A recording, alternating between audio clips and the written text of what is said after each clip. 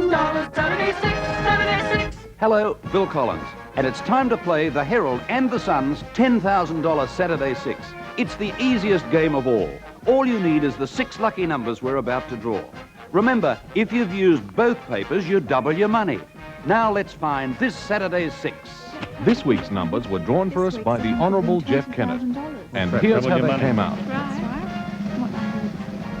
25. Thank you. Keep going. 25, 21, 22, 9, 24, 8. Well, there they are, the $10,000 Saturday 6. If your numbers didn't come up, remember there's a new game all next week in the Herald or the Sun. And we'll be back next Saturday night for another $10,000, Saturday 6, Saturday 6.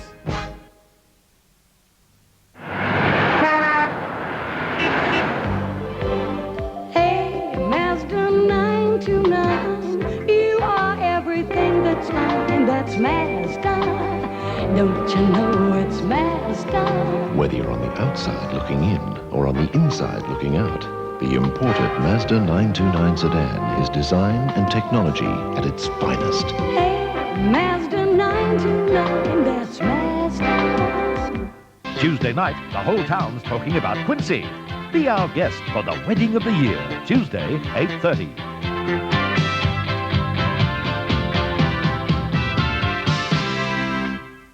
General Motors Holdens and National Panasonic are pleased to present Sevens Big League. Tonight's replay is presented as part of the Holden Premiership season.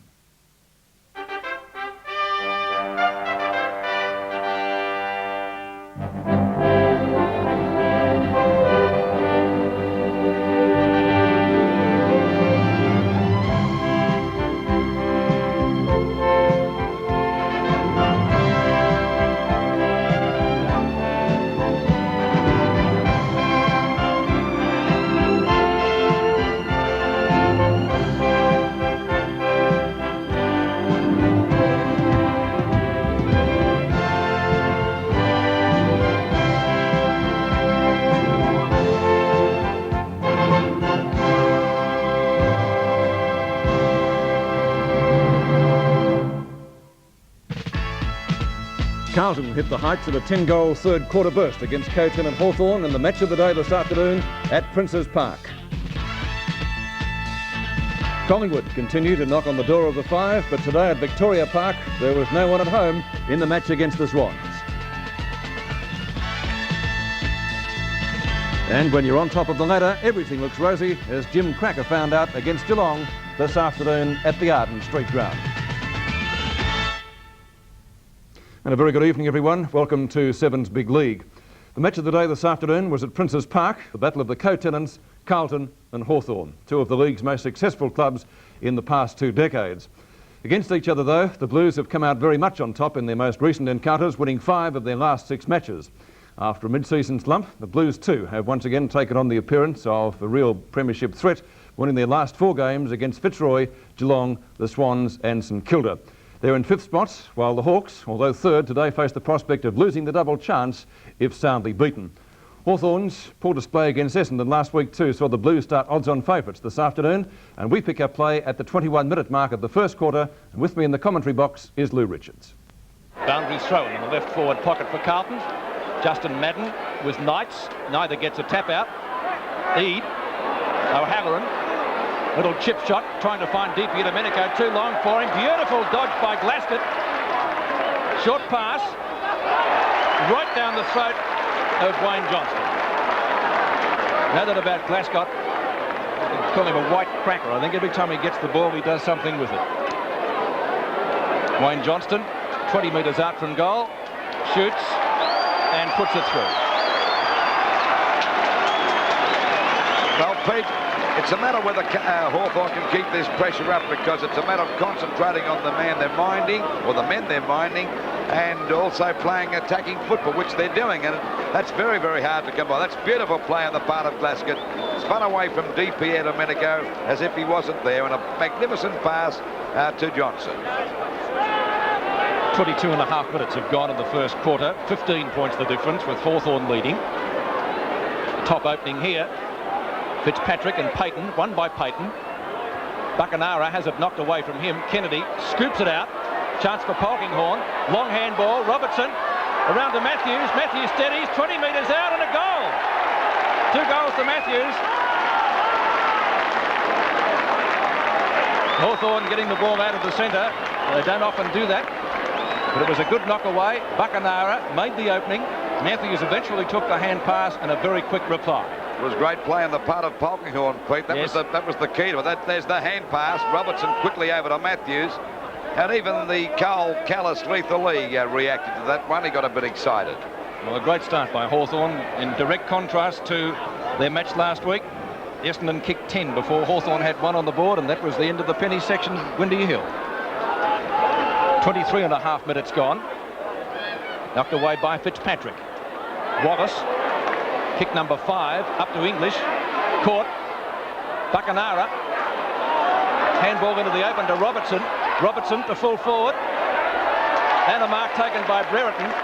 I tell you what, I've never seen the Hawthorn side handle the ball so confidently. At the moment, Pete, they can't do a thing wrong. That hand pass after Robertson was a ripper too. It was a gem, and Brereton, an almost impossible angle on the boundary line, especially for a right footer.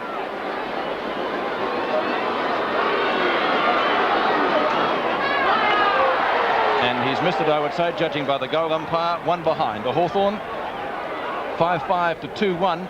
Hawthorn lead by 22 points. And we're just over the 24-minute mark. Hawthorn having about 11 shots for goal to Carlton 3. They've hardly been into attack for this quarter, and there's a good mark taken out there by English at half back. A quick hand pass to Marcoux. In a bit of trouble here. Grabbed, didn't have the ball. Bit lucky. Against DP Domenico. A 6 of 1 and a half a dozen at the other that time, and the free kick to go to Marcoux. A short pass to Fitzpatrick. Pushed away by Payton, hits the deck again. Oh, this going down was Buckenara from Dool over to Southby. There's a chance now for Corker-Mealis to go for a pass. It's a bad kick. In goes Knights. He's grabbed, but gets a hand pass to Swab. He's grabbed. Back it goes to Ware. Swab backing up again and dropped that time by Payton. Buckley's grabbed too. Plenty of fumbling going on as the hand pass from Bazasto comes out to Corker-Mealis. Another one coming over to Glasgow. In the pocket, fires at the goals, but a bad kick and a mark taken in defence. Right on the last line of defence by Green. It's a high kick. Oh, Marcazani, a great mark. He's got to kick over the mark. I think it's brought back. He's got to kick over the mark. So that effort by Marcazani is wasted. It's a great mark, but still it doesn't count. Waiting on Green to kick that ball off. He gives a hand pass out now to Weed. He'd out wide to Robertson, coming in late on the scene as Bazasto, but too late, and a good mark to Robertson, who played a very good game last week against Essendon, one of their very few good players. Short pass, it'll be okay, and Kennedy's got the mark. Hand pass coming over to Robertson again, backing up beautifully.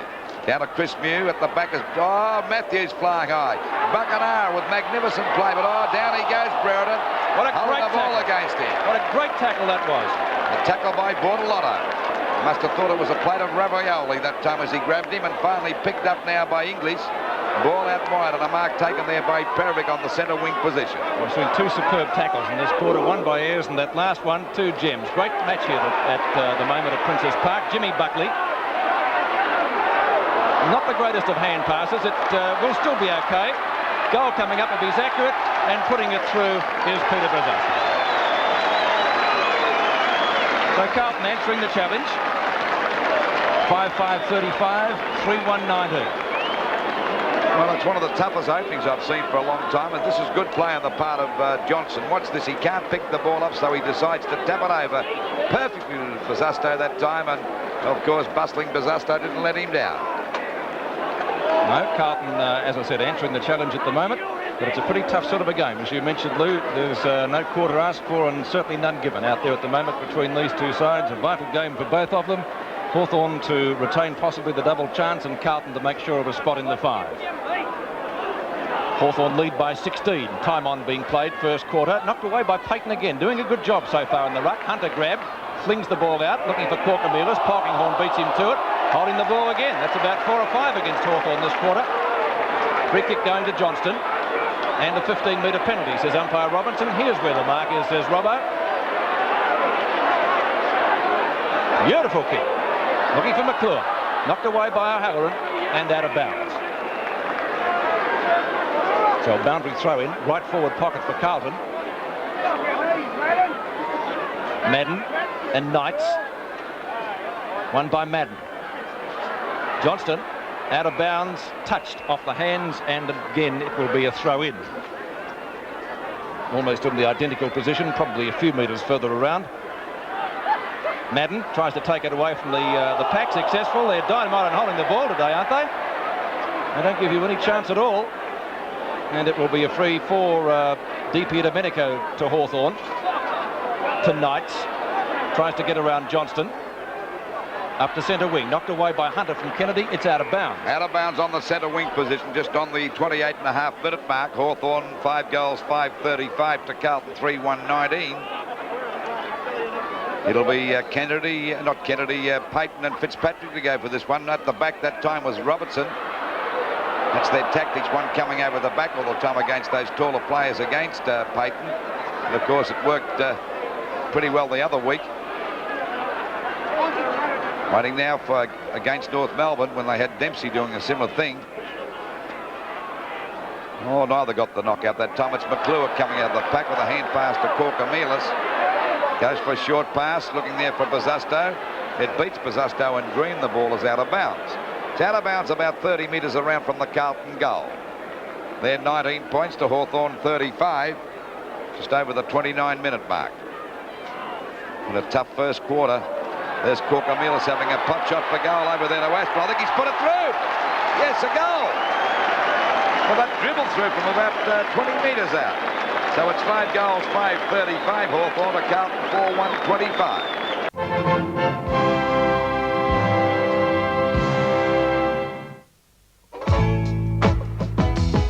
We've seen a whole lot of champions in Australia, from here at home and far across the sea.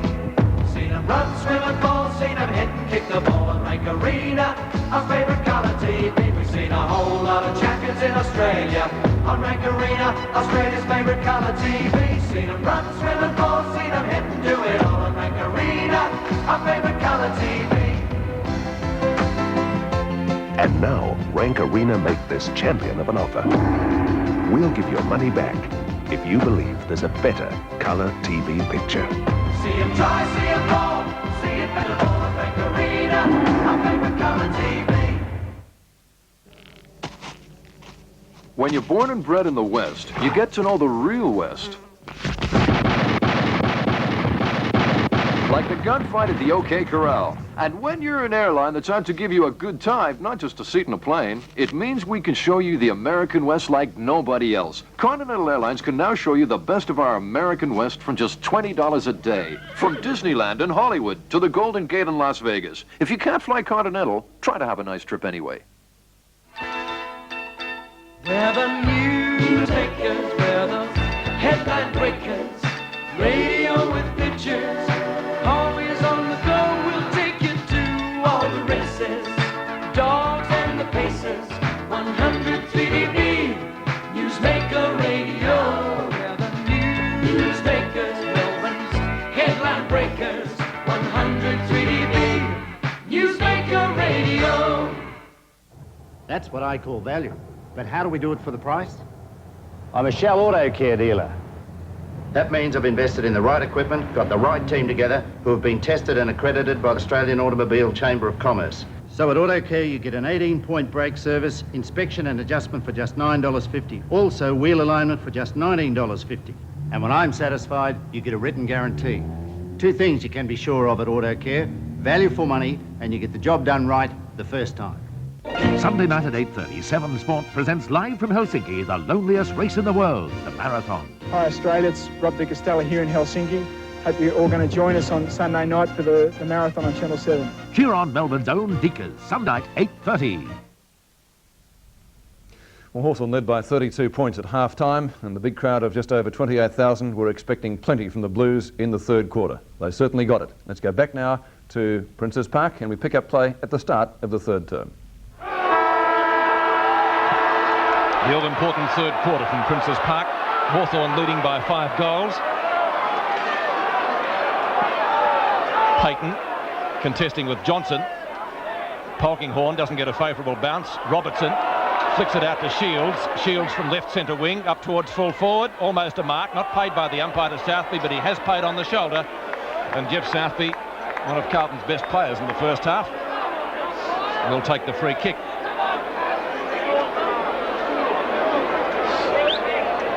And Southby comes up towards centre field, looking for McClure. Knights over the top, can't spoil. Back it comes to Langford, who fumbles. Chance for Marquezani. Marquezani, a long shot at goal. That's what Carlton wanted, a goal.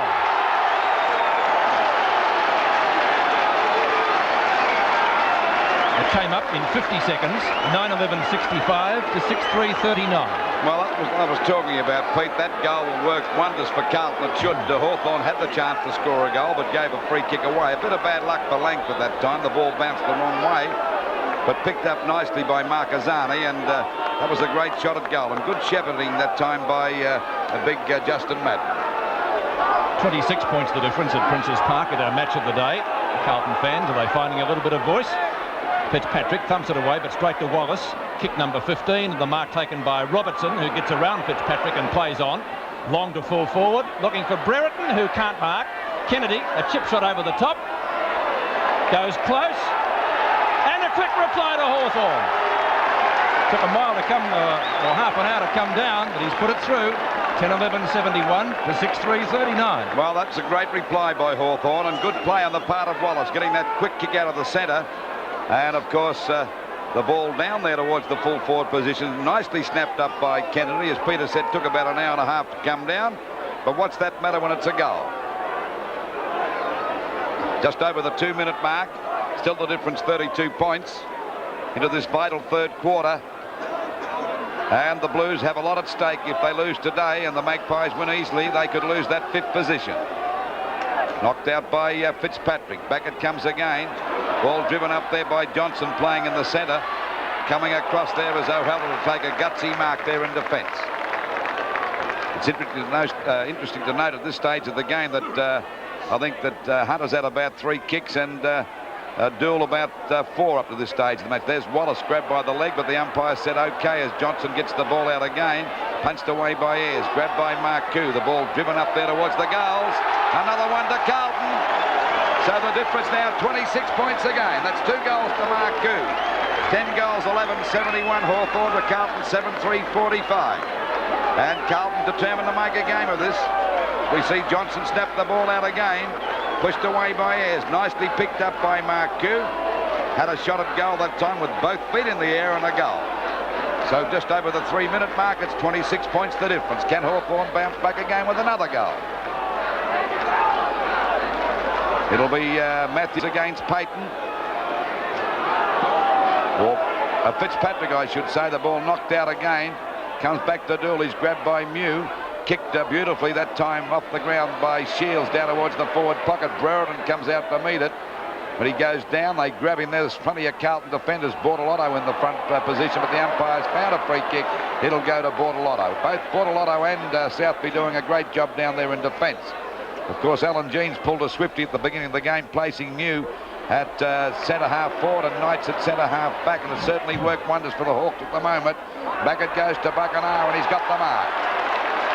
As I mentioned before, Dool not having the greatest of days. I think, as I mentioned, 3 kicks up to this stage of the match, and Hunter, of course, 4 kicks. And they're 2 of their great kick-getters, and this would be some concern to their coach, I should imagine, particularly the way Hawthorn are playing up to this stage. They're 26 points in front. Buckenham about 40 metres out, ready to kick his first goal if he can. That one is off target and it's through for 1 point. So just over the 4-minute mark, or just on the 4.5-minute mark, it's 10 goals, 12.72 Hawthorn to Carlton, 7.3.45. Southby. Dool in front. Can't take the mark. Polkinghorne behind. Fumbles. Taken away from Hawthorn. Now it goes back to Eade, who's grabbed. Looks for a free kick. None forthcoming. Knights is there. He's grabbed but also not in possession. Still no free kick. Knights wins out. Good play. Payton on to Knights. Bortolotto, who's been safe in defence all day. English in the pocket. Short pass. Glascott, one of their better players. Always does something with the ball. No exception this time. Finds Sheldon. Ayres and Hunter. Sheldon caught, gives it to Ayres. Long handball to Payton. Back it goes to Shields. Polkinghorne. The dummy, effective. Looks for Matthews. Harms is there and takes a great mark. Well, they've got Harms down there in defence now. They had him at half forward before Payton the first half. Yes, Ayres was minding him, I think, wasn't he, from memory? That's right. Harms's kick up towards centre wing. Glascott and Polkinghorne again. Backing up is Marcoux. The Shepherd is on. Knocked away by Eade. Tries to get it to a teammate. Byrne has it intercepted by Southby. What's he doing down there? Southby's kick. In towards the forward pocket. Ayres and Ashman, and Ayres takes the strong mark. Well, Carlton throwing everything at Hawthorn in this quarter. Robertson from the pocket. Lobs it high. One of those hospital hand or kicks. It'll take a week and a half to come down. Holding the man decision, going Carlton's way. Johnston. Short pass. Hunter. Well, they've taken Hunter down to the forward line. They've put Johnson in the centre, Harms to half-back, so they've certainly changed their side around, Pete. They have, and Johnston takes the mark. He's at everything at the moment, Johnston. 4 kicks for the quarter coming up. That's not bad. We've only been playing 6.5 minutes. So Johnston from 20 metres out should be able to bring up his second goal. And Carlton's third for the quarter, so 3 in 7 minutes if he's accurate. Well, you can't deny the fact that this fella can be a match winner in a matter of 5 or 6 minutes, Pete. It's a goal. 3 goals in 7 minutes this quarter, and this is the Carlton of old. Sevens Big League scoreboard, 10-12-72 Hawthorn, Carlton 8-3-51. And we're just over the 7-minute mark, so the difference now 21 points. And a beautiful pass coming up here now, and the mark taken there by Johnson, who moved down the ground very well to take that mark at half forward from the centre position.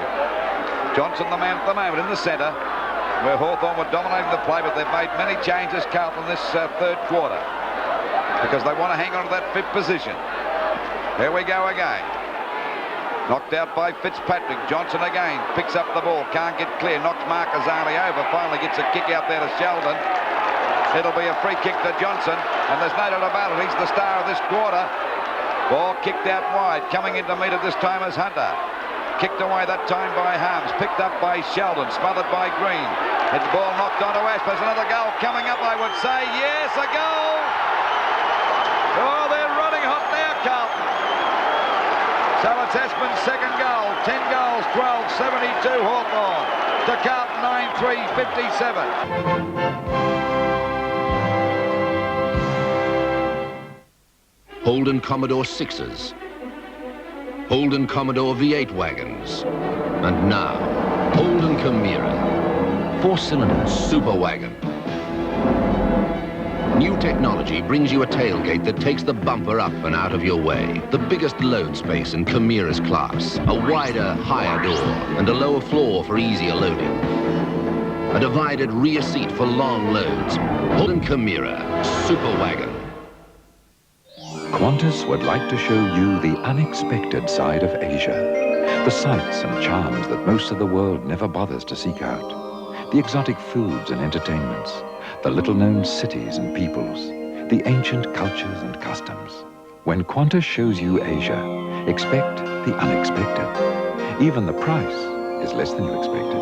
Spirit of Australia, the flying kangaroo. With some businesses opening one day and closing down the next, you really should think twice about who you deal with.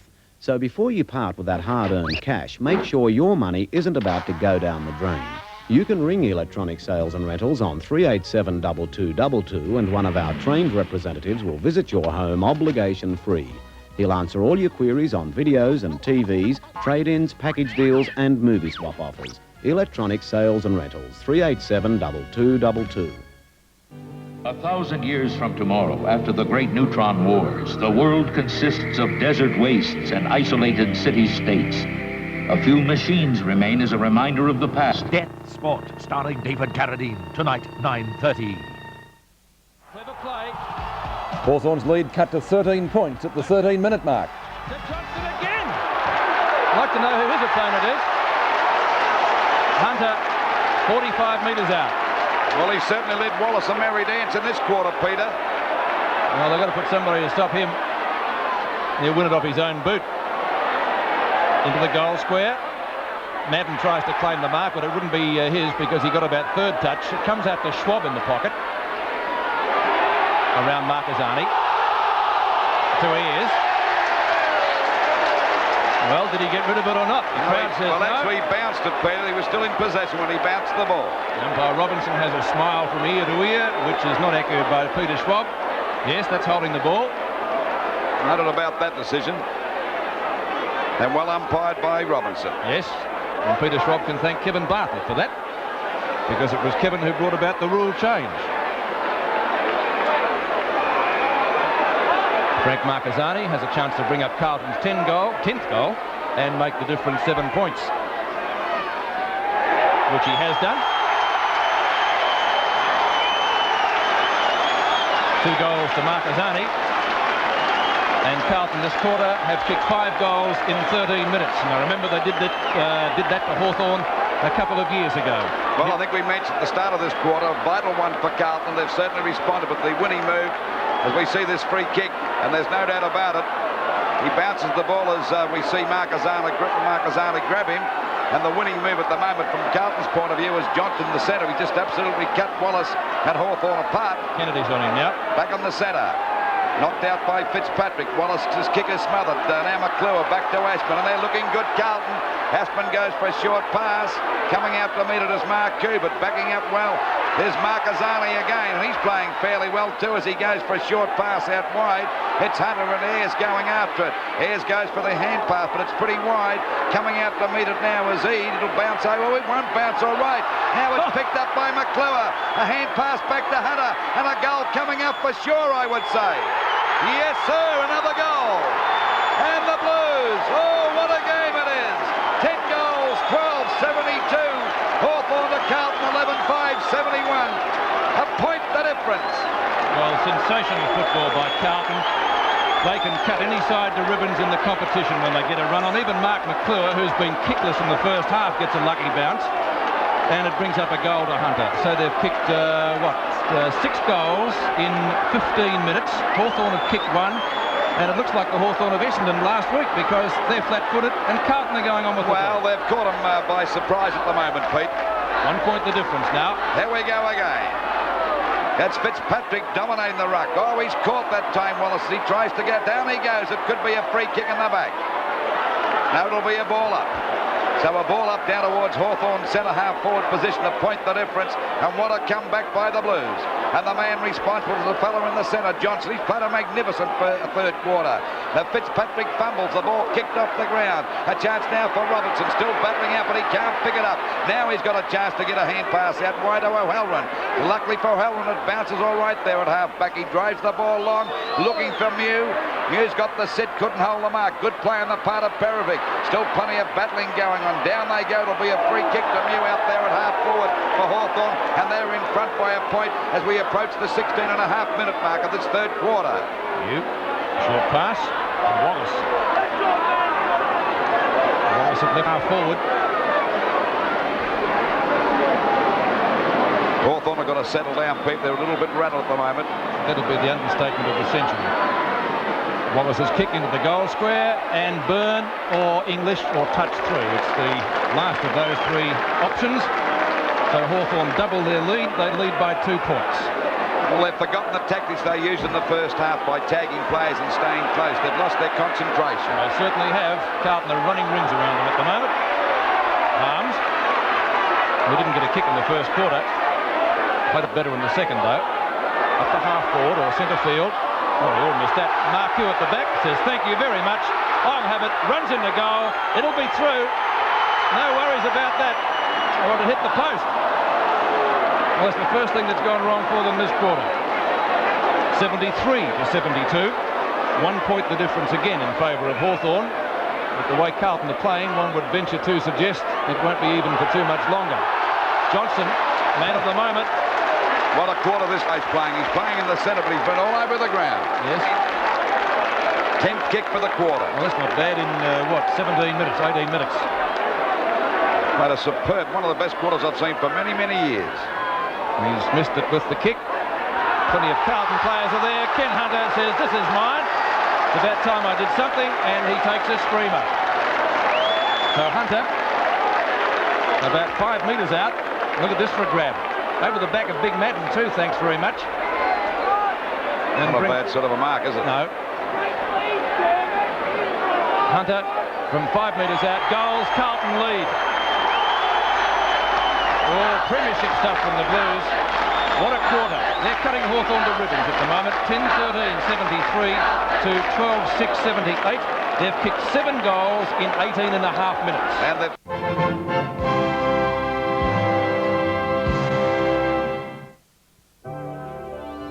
The more I see of National's home video systems, the more I see you, the more I realize why I like them. They've got more pro features, more cameras than anyone, a portable that's more portable. I tell you, National builds home video systems like professionals want, and TV sets good enough to go with them. They're big entertainers. from National. Sunday Press with Mark Jackson explores the coaching possibilities for 1984. Coaching positions will be up for grabs, and Jacko reckons he knows who's the right men for the jobs. He even puts a figure on what they're worth. Neil Roberts looks at Barry Round, next in line to reach 300 games.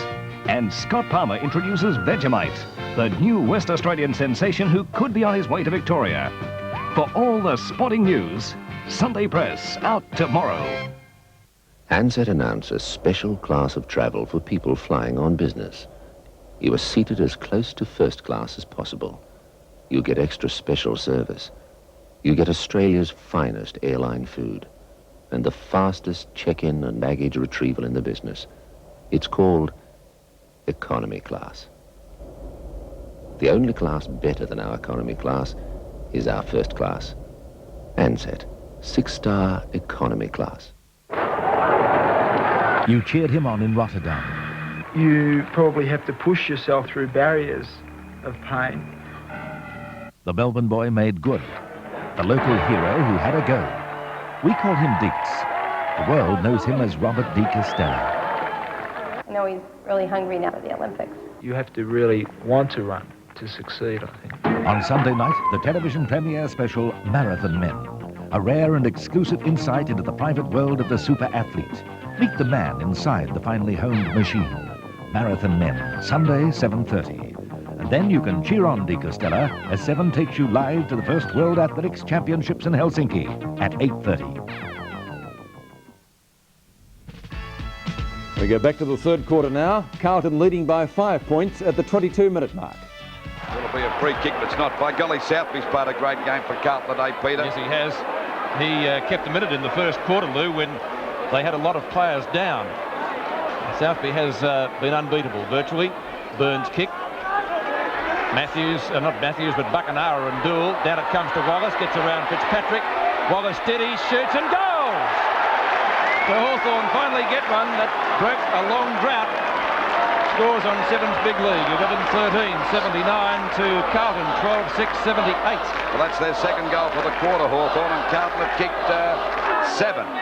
So it's been a one-sided affair. We see Wallace, beautiful play, spun away from the pack, then foul grab, but still got the goal. A real gutsy one, and that's typical of Wallace to try and lift his side, Peter.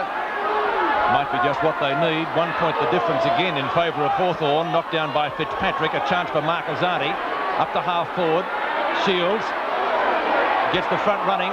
Could have been in the back against Big Madden at Eels. And it will be Schwab to take the free kick. Looks out there for Shields. Short pass. Matthews at right centre wing. On to Kennedy. Wide to Byrne. Knocked away by Southby and a boundary throw in right forward pocket for Hawthorn, who badly need a score to reassert what supremacy they did have. But Carlton dictating play at the moment. Fitzpatrick actually hit him underneath the chin, that one. Byrne snapshot smothered. It goes to Dool. Even the doormat's getting back into it after a quiet first half. Eade and Bazasto. Bazasto, an Academy Award performance. The umpires saw it. Eade to Matthews, too long. Robertson almost threw it at the Matthews. Back it comes to Kennedy. Caught. Play on. Good tackle. Boggess tackles Fitzpatrick, caught. Kennedy again, missed it. Sheldon. I tell you what, that was tough tackling by every player there, and I'd love to be out there, but I'd rather be up here, Pete. I tell you what, there were some great tackles there. Oh, golly, that was tough football. Wallace came out of it, I think, the worst for wear. No free kick to anyone. Another good tackle, umpire Tony Bryant deciding on a ball up. Well, this is the most depth that Carlton's played all day, and they thoroughly deserve to be back within a point because they've played sensational football, and they've had tremendous drive from Johnson, the centre. Well, Byrne got that one down. A bit of fumbling going on now as we see Marcoux get a hurried kick back there towards the centre of the ground, but there's Green in the way to take the mark. Here's a hand pass back over to Payton. Oh, that's a bad kick. It was well smothered. Picked up again by Marcazzani. It's a short pass coming out to meet it as Hunter. He's grabbed by Ayres and down he goes. Umpire said a push in the back, and the Hawthorn crowd going mad about that decision. That's one for what's your decision. And the ball up there towards Madden. Can he mark it? The ball hits the deck. It's Swab coming away from the pack. And the pressure on that defensive Hawthorn as it goes out wide now. Coming in to meet it is Little Glasgow. He's grabbed. He can't get clear. Eads there too as the ball's pushed out. Eade goes for a hand pass. Another one coming over as we see the ball driven up there by Wallace. Up there towards the big Byrne. He can't mark it. Pushed away. It's finally grabbed by Brown and over to Langford. A fumble. He balks. Good balk by Langford as he has a long shot at goal. But he's off target and it's through for 1 point. 25 just on 26 minutes gone, and the difference now 2 points. Hawthorn 80 to Carlton 78. Carlton coming back from the wilderness after being 32 points down at half-time and looked as though they're gone, but they're back in business now, and they're playing the sort of football that could even win the flag from number 5 position. A chance for Polkinghorne to take the mark out there at half-back. Half-forward, I should say. A hand pass coming over to Payton. A kick up there towards the forward pocket. This is a mark to Harms for sure. And he takes it very easily down there in the back pocket for Carl. Well, doing a lot better since he was moved to defence, Wayne Harms. He had a bad first quarter, but certainly got back into it. What a great mark to Payton. Bobby Simpson at first slip would have been proud of that one. Polkinghorne onto Wallace, who chips it back. Eade marks it half forward. And Rodney Eade, that is not a 15-metre penalty, but one could put it down as a nice try, or otherwise he would have been in line for the Oscars. So Eade at half forward, a chance for a goal. A fair way out. Dropping short. Oh, it's done it. And Bazasto taking the mark. Well, he was looking for Buckenara there instead of going for the long kick, Pete. And why he didn't, seemingly with the wind or what there is of it. Fitzpatrick and Payton, and Fitzy gets there first. Not the most popular player in so far as the Hawthorn supporters are concerned, as Ashman comes off the ground. Fitzpatrick from right half-back flank, long kick. Looks for Sheldon and doesn't let him down. Great mark, Kenny Sheldon. Chips it back to Bortolotto. One grab, bad hand pass. That was atrocious. Almost a throw. Schwab takes it nevertheless. Back to Eade. Eade a short one. Out to centre wing, looking for Kennedy. Glascott might beat him to it. Gets overrun. The ball out of bounds. Is it? No. The Blues win it again through Sheldon. On to Rowan Burke. Madden on his own. Marcoux. And a behind. Might get another kick. He was decked after he kicked it, says the umpire, which he was. And he will get another kick. That's giving them away. Well, it kind of amazes me to a certain degree, Pete, that Madden took that mark about 20 metres out and didn't go back for a kick because it looked as though it could have been a sure goal. I know that Marcoux was coming past nicely, but by golly, you've always got a chance of losing. Luckily, they got the second chance here now. Maybe because Madden missed a sitter in the first quarter there. Marcoux hasn't missed, has he? It's a goal. Marcoux bringing up his third. He kicked Carlton first of the opening term, and Carlton lead by 4 points, 84-80 on Sevens big lead. And Carlton kicking 8 goals for this quarter so far to Hawthorn's 2 goals. So we're back in the centre again, just on the 29-minute mark. But it's certainly been a great recovery by Carlton. I think Johnson's had 11 or 12 kicks in this. 11 kicks in this third quarter. It was a sensational move putting him into the centre, and of course a winning one so far, but the game's a long way from over yet. Knocked out by Fitzpatrick. He's dominated those centre bounces. McClure gets a hurried kick down there. Coming out to meet it is Hunter and Ayres. Neither can pick it up at the moment. Ayres in the front posse. Head bounces well. Frimmy gets a hand pass back. He's a beautiful player. Over to Green. Green out there at half back. Hawthorn trailing at the moment as the ball goes back there towards Matthews. Oh, Bordelotto put him out of business. This gave Harms the chance to get the hand pass back to English. Back it goes to Dool. This defence looking a lot better now for Carlton. Very shaky in the first half as it's picked up by Glasgow. Out wide to Burke on his own. Burke goes for the long kick, looking for the big fella again. Madden is in the front posse. Bazasto! And what a mark by Bazasto! He's new right in the middle of Madden. Oh, magnificent mark by Bazasto. And Madden is not too good. Here it is again. What's this? What's the knee, Lou? Well, that's the name of the game, but he got a beautiful ride off him and a mark. A great mark to Bazasto. You're not too good, Madden. Well, he's got right into the back of Madden with the stops. It wasn't the knee, I would say. And we see now Bazasto coming in for this goal. It could be a pretty serious one too. If he kicks this and Madden has to go off the ground, he's kicked the goal. So it's 11-14-80 Hawthorn to Carlton 14-6. 90. So it's 10 points the difference in favour of Carlton that kicked 9 goals to 2 in this quarter. A remarkable recovery. And we see this mark as Burke drives it up and the boot goes right into the side of the back. And a beautiful mark by Bazasto, but it could be a serious one because it certainly stung Madden. He looks as though he's okay now on his feet. Hawthorn will have nightmares about certain quarters. The first at Essendon last week and the third here today. They've had 19 goals kicked against them if you put those 2 quarters together. 10 points the difference in favour of the Blues. English at half back. It goes away from him like a top spin lob. Burke puts his body in well. Eade wins out. No one to give it to. McClure is there. And even Mark has come good this quarter and kicks a goal. That's 10. The Bakers doesn't. 15-6, 96 to 11-14-80.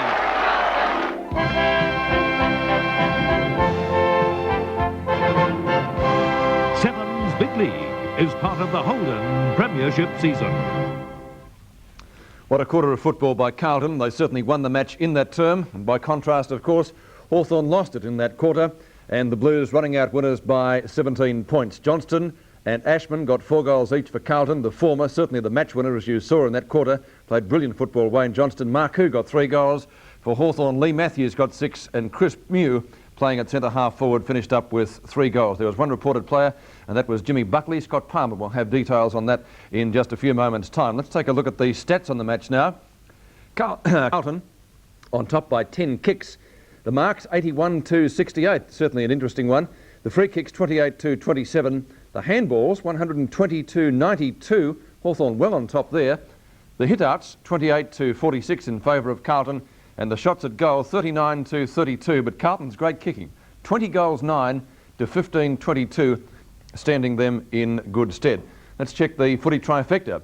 And today you needed 2, 3 and 11, a dividend of $329.80, and there were 40 live units. You're watching Sevens Big League. We'll be back with Scott Palmer and the next match, North Melbourne and Geelong, in just a moment.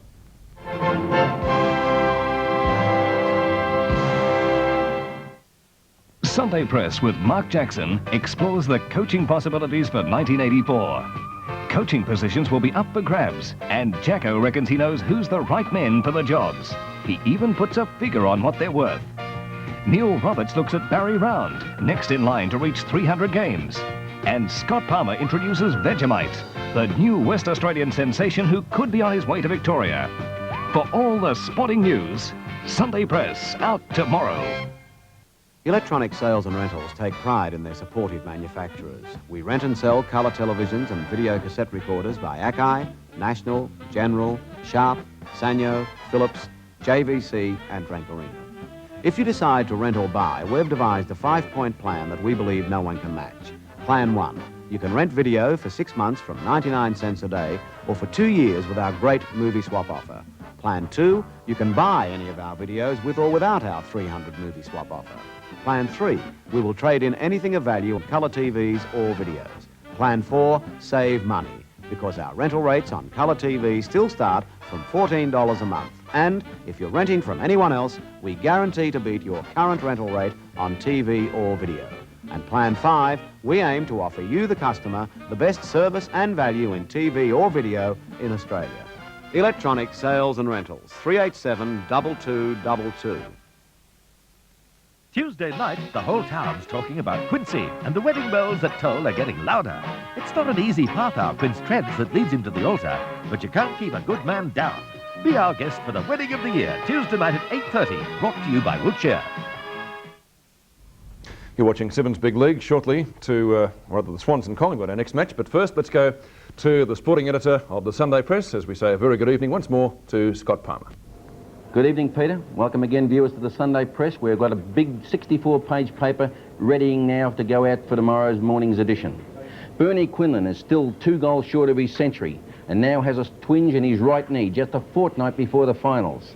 The champion suffered the pain in the third quarter today and said it was the first time in 6 weeks he felt the anxiety in the goal square with knee problems.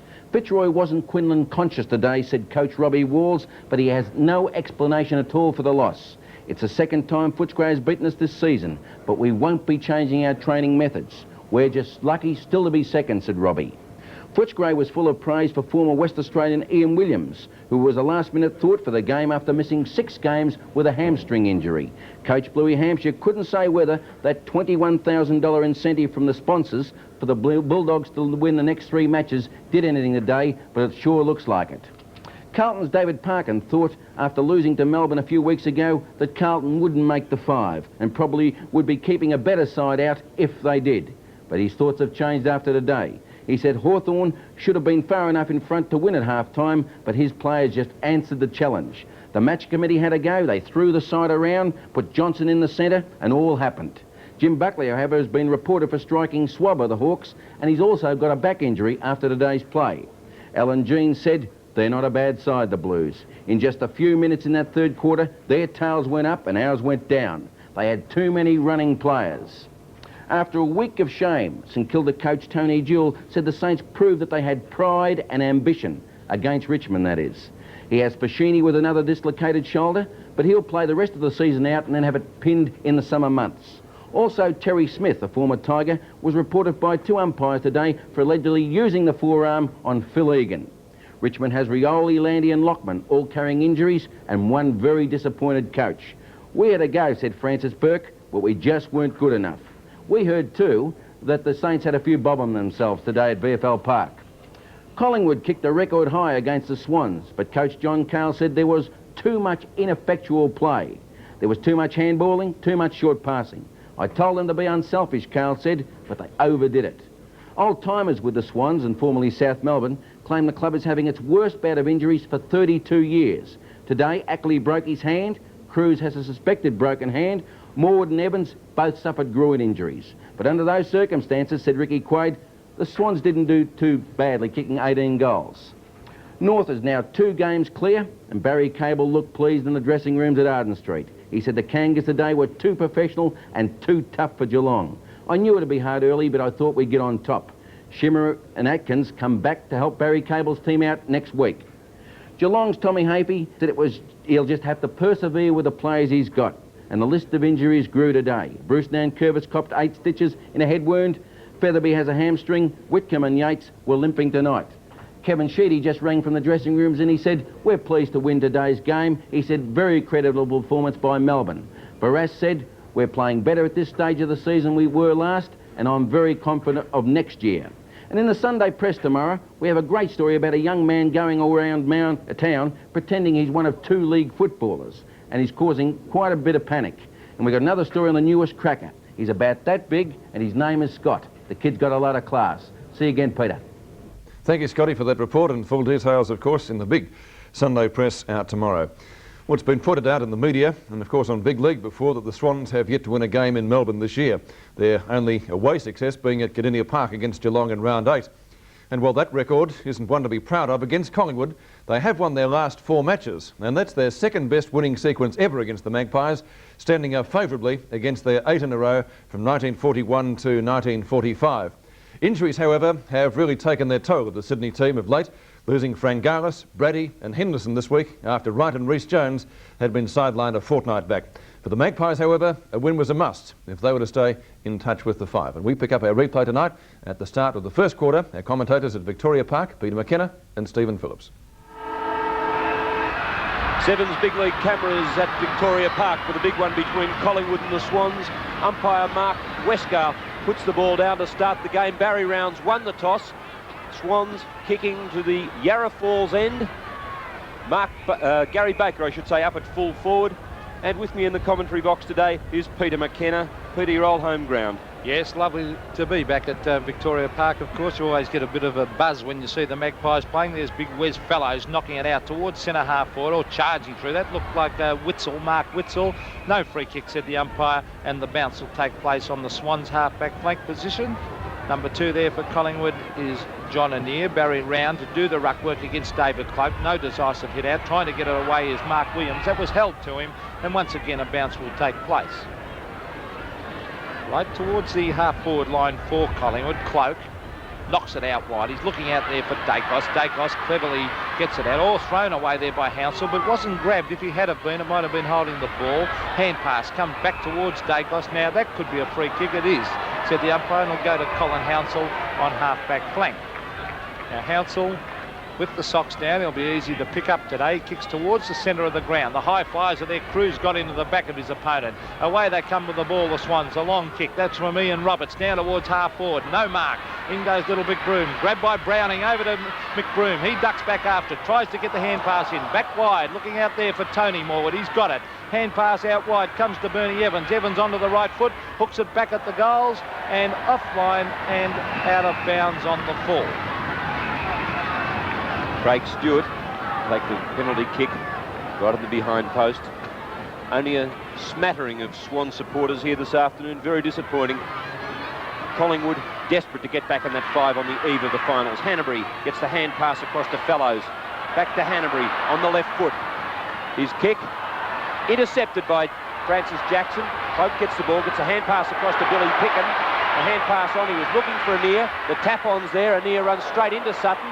No one to hand pass it to. And John Annear puts his hand to his head. He has a perfect opportunity to bring up the Magpies' first goal. We've been playing just over 3 minutes in this opening quarter. He's kicking towards the Sherrin stand. The breeze, as we said, straight across the ground from right to left. Annear comes in.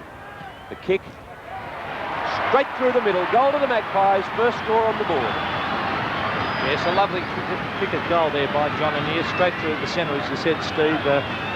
Plenty of power in that kick, but a very poor tackle. That was on John Annear by Daryl Sutton.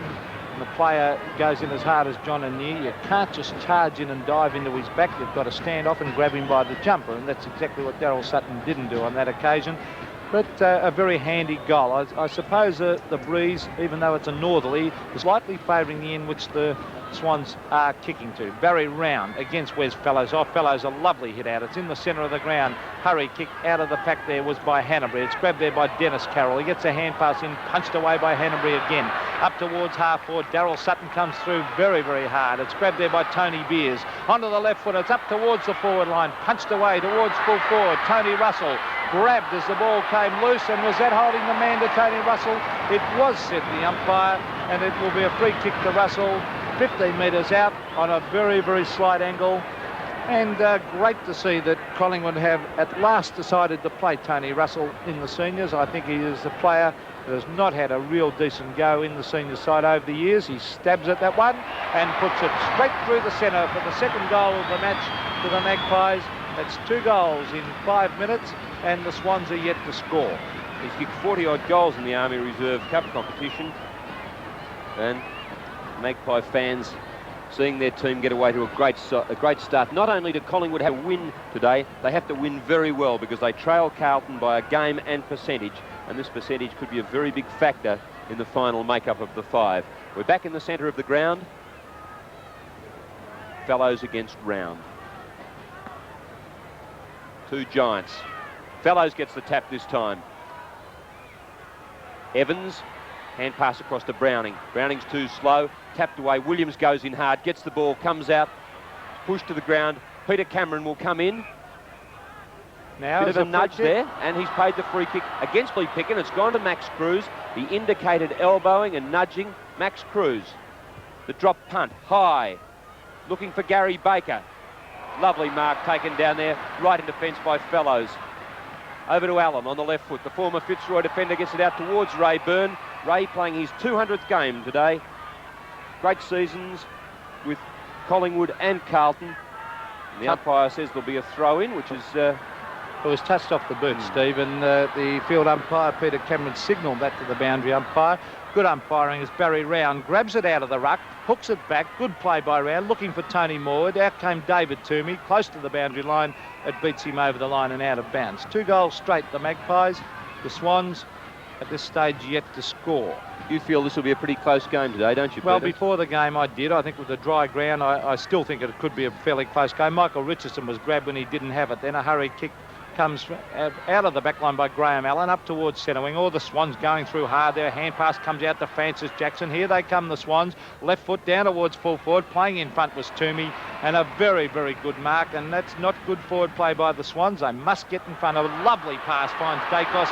Great play, David Toomey. A long hand pass up to Greg Phillips. Over the back. There's a beautiful long hand pass again to Tony Shaw. 35 metres out from goal. He fires at the goals, Tony Shaw. Beautiful football by Collingwood from the back line. And that's the 3rd on the board. 3 goals straight.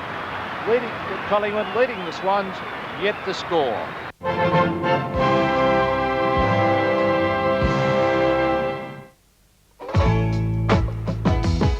We've seen a whole lot of champions in Australia, from here at home and far across the sea. Seen them run, swim and fall, seen them hit and kick the ball and make arena our favourite colour TV. We've seen a whole lot of champions in Australia on Rank Arena, Australia's favourite colour TV. Seen them run, swim and fall, seen them hit, do it all on Rank Arena, our favourite colour TV. And now, Rank Arena make this champion of an offer. We'll give your money back if you believe there's a better colour TV picture. See him try, see him fall, see him best of all at Rank Arena, our favourite colour TV.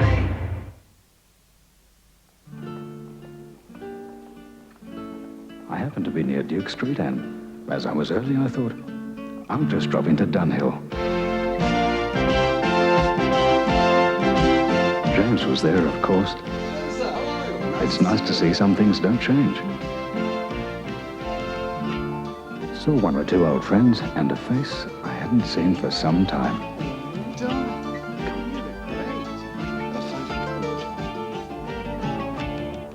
In an age of compromise, it's reassuring every once in a while to be reminded that traditional craftsmanship can still be found in beautiful things at Dunhill. Here at the House of Dunhill, generations of our clients have found that the finest is always available. Dunhill, for those who appreciate the finer things. How safe are property trusts, and which ones do offer the best return on your money? What's happened to cash management trusts now interest rates have plateaued? Is it time to come into the share market? Are franchises the go? And what good to your future security is superannuation in light of the new taxes for lump sum payments?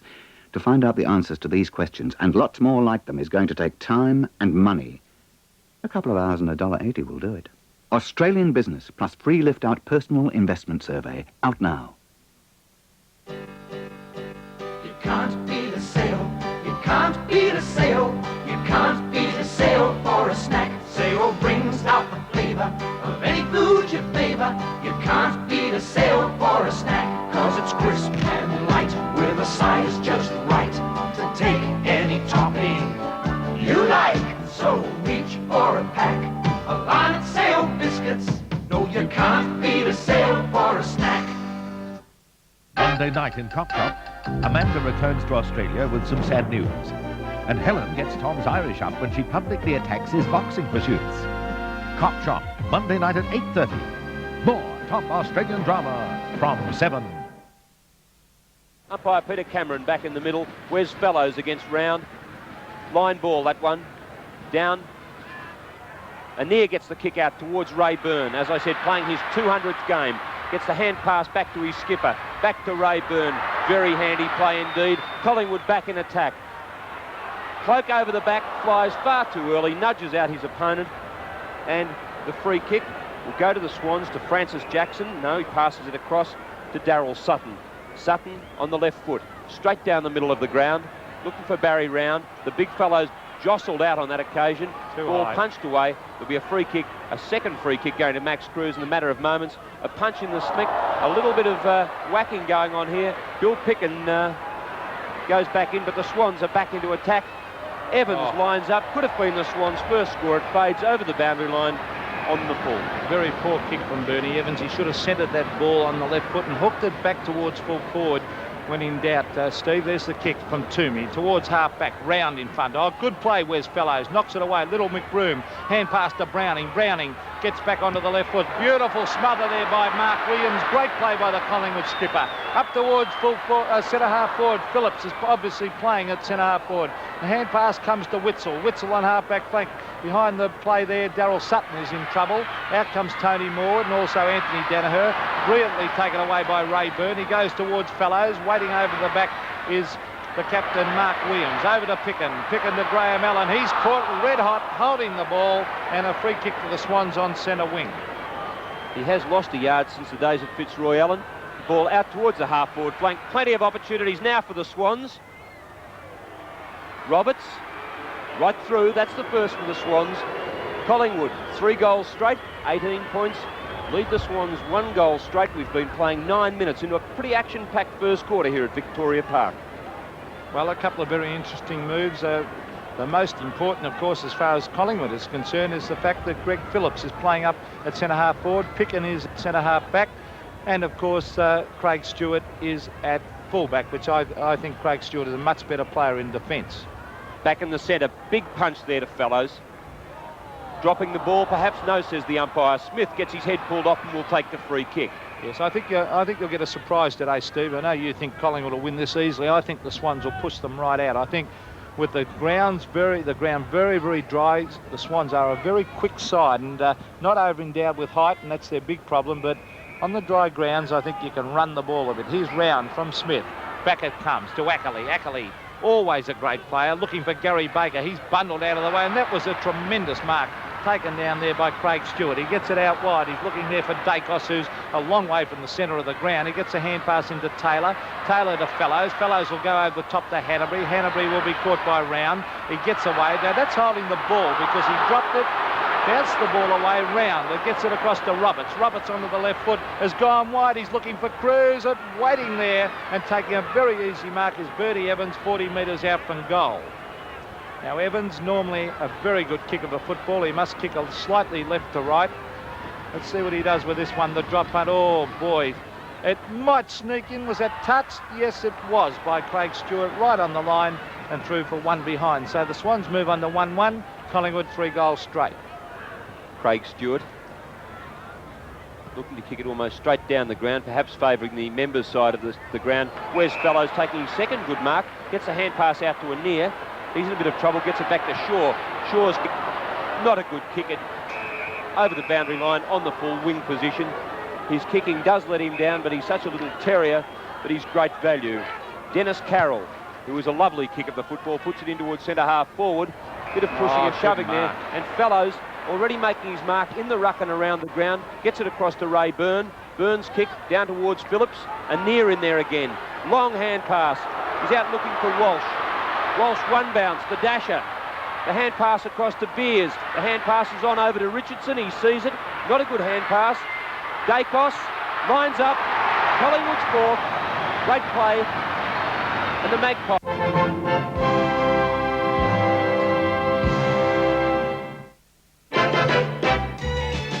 You can get it riding. You can get it sliding. You can feel it coming on about 4. A hard-earned thirst needs a big cold beer. And the best cold beer is Vic. Vic Bitter. You can get it walking. You can get it talking. You can get it working a plow. Matter of fact, I got it now. Victoria Bitter. For your ideal holiday, you need an ideal vehicle. And that means something that has lots of space for the luggage, goes like the wind, and has real comfort and luxury. That's Toyota Tarago, Australia's newest touring vehicle, rented by budget exclusively for you. All the comfort, all the space, all the value you expect from budget. Toyota Tarago, more proof that budget drives your holiday dollar further. When you're considering how to get the most out of your savings, a Westpac Advantage Saver account offers a lot of advantages. Up to 11% per annum at call. The advantage of instant withdrawals and deposits at any Westpac branch in Australia. The advantage of instant access to your money from the country's largest network of automatic teller machines. Westpac Advantage Saver account. Open one. The advantages really stack up.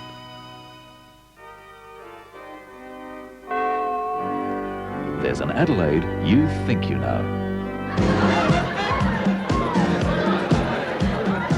And an Adelaide you may not know at all. Here's to a marvellous time in a marvellous city. For all the information on the Adelaide you may not know at all, visit your South Australian Travel Centre, travel agent or the RACV. Enjoy. South Australia. Back to the first quarter, and at the 15-minute mark, it's the Magpies leading by 19 points. Punches the ball away. Here's a chance for the Swans. Grabbed there by Ian Roberts. A long hand pass over to Max Cruz. Beautiful hand pass. Anthony Danaher too slow to get back. Now he's got it. Gets a hand pass out wide to Cruz. Now will it bounce for him? He ducks back onto the right foot. Hand pass over to Hansel. Now Hansel will just trot into the open goal. A hand pass over the top. Oh, Baker nearly missed it. Gets his boot the ball and puts it through. Luck's a fortune. Oh, Gary Baker did that hard. Big Mushy back in the senior side after an outstanding performance, best on the ground performance in the Army Reserve Cup match last Sunday on 7, and gets his first goal on the board. And the scores are Collingwood 4-2-26, the Swans 2-1-13. 26 plays 13, the ball back in the centre with umpire Peter Cameron. 16 minutes into this first quarter here at Victoria Park. The Magpies not having it all their own way. Wes Fellows is, however, he's playing a great game.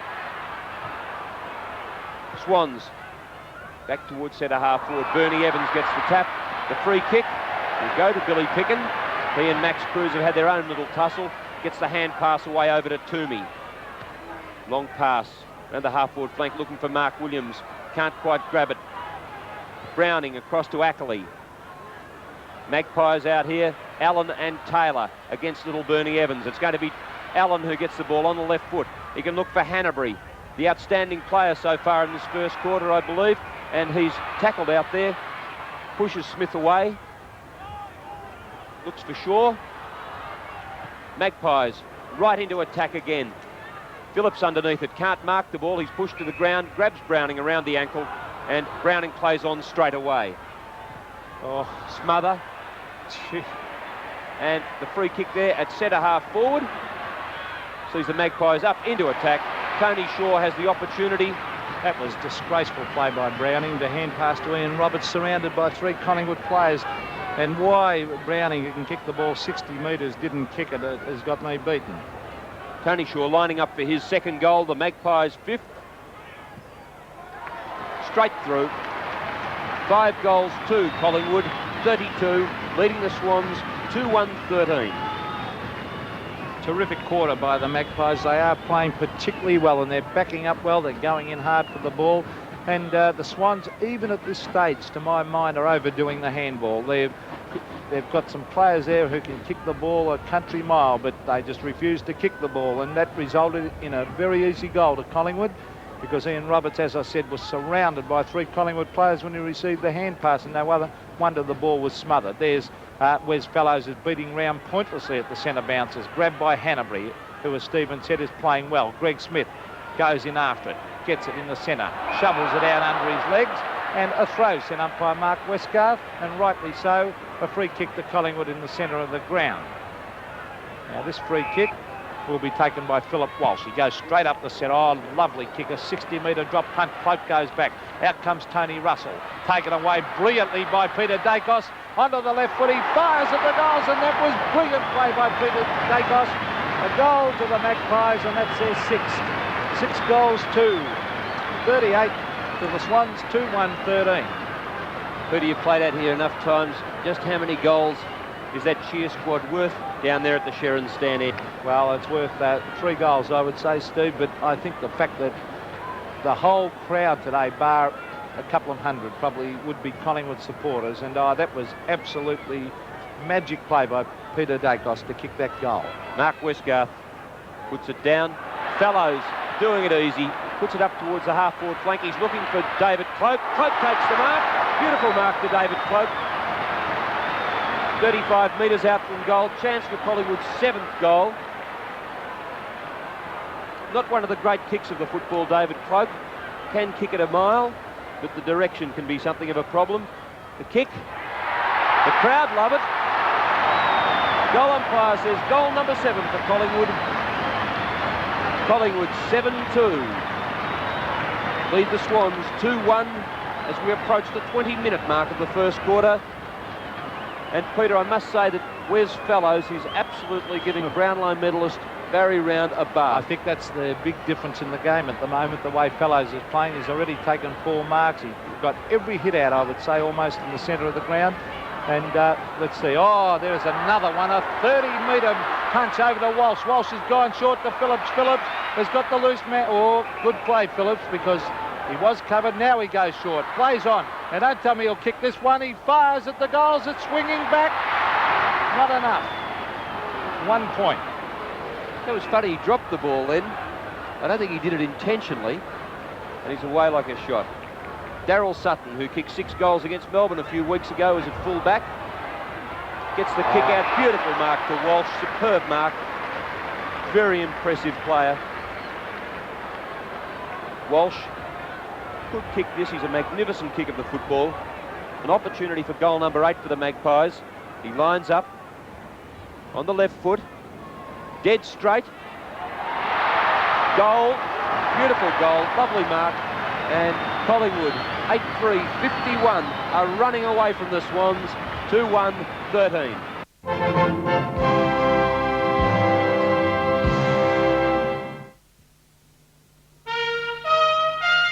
This is my New York.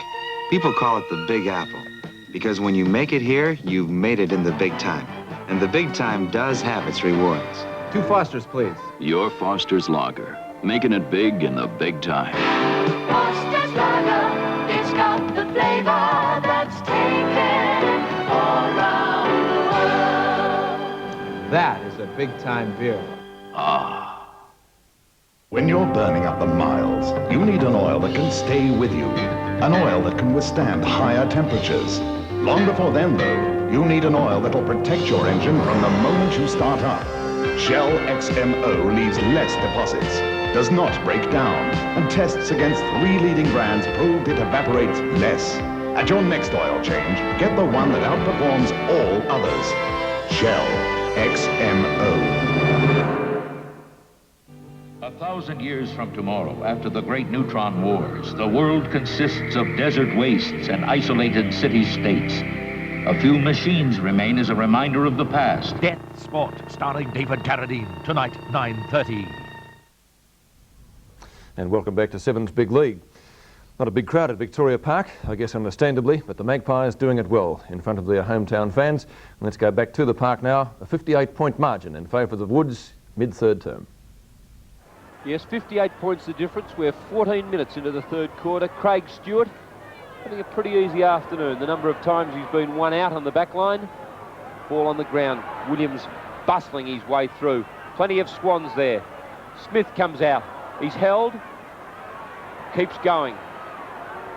Morris Boyce gets a hand pass across to Cruz. He juggles. Falls over. Great play by Graham Allen. Gets the ball out to Williams. Plenty of Collingwood players here out to Walsh. One bounce. And no one home. Mark Browning takes the mark. Plays on straight away to McBroom. Little McBroom finds a teammate in Danaher. A hand pass back towards Smith. Overruns the ball. Has it taken away from him. Round gets it going back to McBroom. The hand pass back to Boyce. He'll kick it. looking for Baker, and Baker takes the mark and is paid. He's kicked 2 goals, Gary Baker. He's in the side just for his marking. Lost plenty of pace.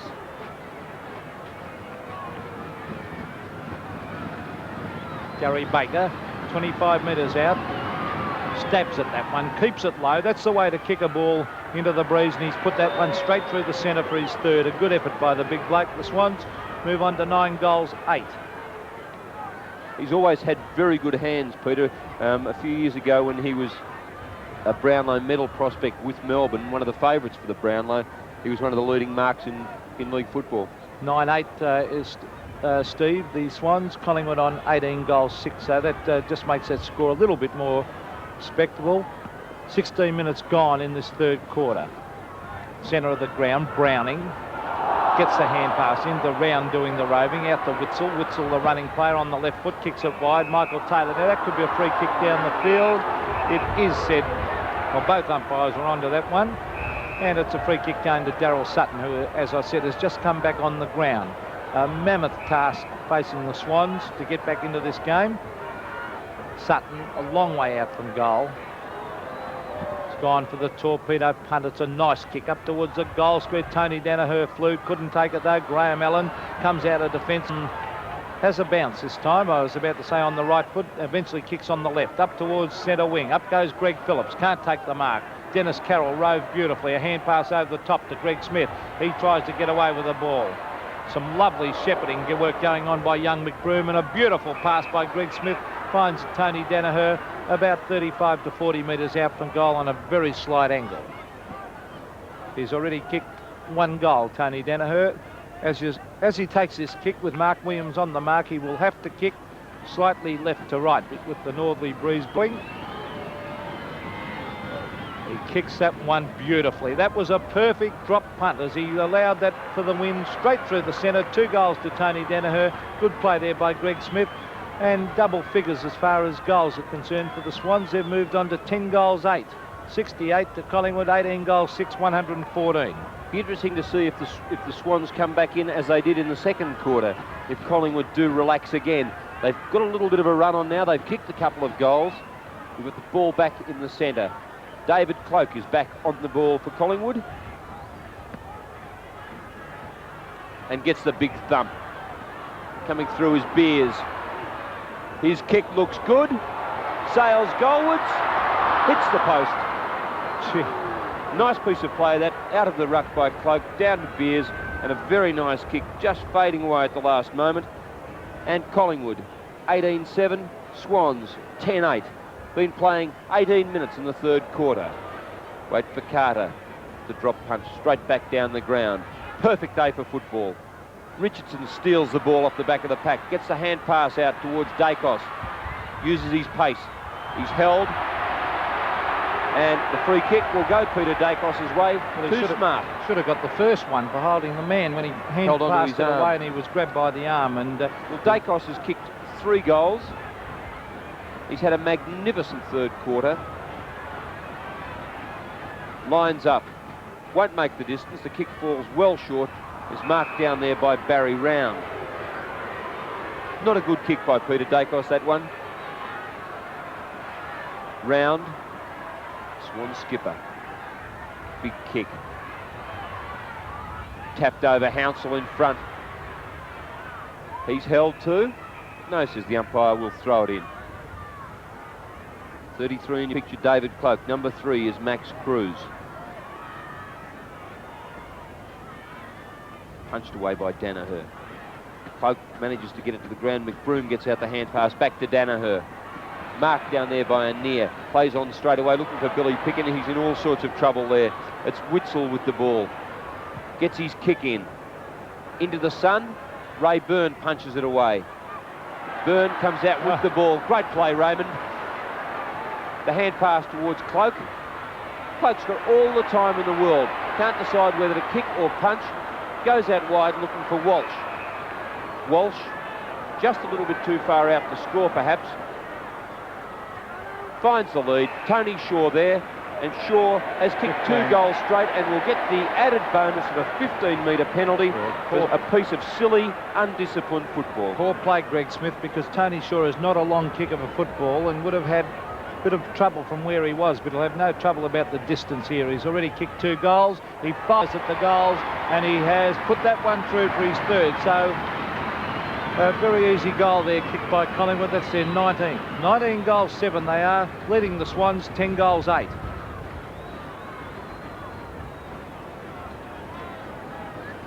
$53 points is the difference. We've been playing 20 minutes in this 3rd quarter here at Victoria Park. Umpire Westgarth with the ball. It's going to be Cloak against Round. Round gets the ball down that time to Dacos. Dacos has the ball taken away from him. It's Browning who gets the kick in. Toomey in the front position, in front of Sutton on this occasion, takes the mark, gets it out wide, looking for Byrne, been a consistent player right through this game. He's 200th. Gets the kick back in. Unfortunately, the only man there is Big Barry Round, and he can't mark it. Swans go forward looking for Cruz. He also drops the mark. Sun in the player's eyes. Picken goes wide looking for Walsh. Got a Paddock there if he can get round one player. Gets the ball over to Phillips. Phillips lines up. Goes goalward, straight through Greg Phillips. That's his 3rd. The Magpies 20th, and they move to 27. 127 points. The Swans 10-8, 68. And the margin now is 59 points, and Collingwood going for percentage. Good play by Greg Phillips. He certainly showing a touch of kicking ability up there. He's kicked a couple of very nice goals up on that forward line. Certainly not used to playing at centre-half forward, but with Picken and Stewart doing well in defence, well, maybe they can afford the luxury of playing Phillips up at centre-half forward. There's the kick coming down to the forward line. Once again, that's Collingwood defence just marking as easy as you like. Very poor forward play by the Swans. Out wide they come to Tony Shaw. Hand pass back to Graham Allen. Allen got a ton of pace on the right foot. He's looking for Phillips again.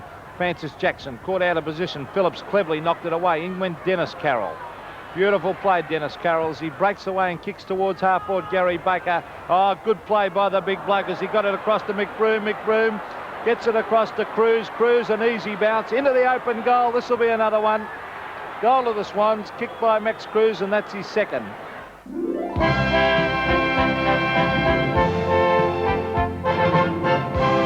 Sevens Big League is part of the Holden Premiership season. And Collingwood coming away to win by 62 points, a very good percentage booster for them. Russell got 6 goals and Phillips 4 for the Swans. Gary Baker got 3 and Evans got 3 goals. The statistics from the match: the kicks in favour of the Magpies by a very sizable margin. The marks 115 to 48. The frees 24 to 37. The handballs 130 to 94. The hit-outs 44 to 28. And the shots at goal 46 to 36. So in just about every facet of the game at Victoria Park, the Magpies very much on top. And after the match, Stephen Phillips went into the Magpie rooms and he spoke to Collingwood's vice-captain, David Cloak. Collingwood must win its remaining 2 matches to get into the 1983 finals, and then again it must wait for Carlton to lose a match. Things looked grim in the 2nd quarter against the Swans today until I thought David Cloak came to the rescue. David, Swans got to within 5 points and things looked pretty grim. Yeah, after our first quarter, which was really good, we relaxed the first part of the 2nd quarter and took a while to get the boys going again, but when they got going, it showed the results. Great first quarter on the ball by Wes Fellows, who seemed to mark everything inside. Yeah, Wes has got a lot of confidence now. He's starting to play a lot better, and he's really going well. I know that you had to win today, but you're also after a big winning score for percentage. Yeah, we had to keep winning. That's our main thing, and as well as get percentage. But our first thing was to win the game, then try and win it by as much as we could in the end. How much pressure is on the boys, with the finals berth just dependent on Carlton's successes? Yeah, it's probably disappointing that way, that it's not really up to us in all the ways. We've got to wait to Carlton drop a game, but we're just going to keep plugging away, keep winning games, winning them quite well, and just see what happens. It's been a funny season. Anything could happen as yet. Certainly could. Some very interesting matches. Sit down for decision in the final 2 rounds. Let's check the leading goal kickers now. Bernie Quinlan on top, got only 3 today.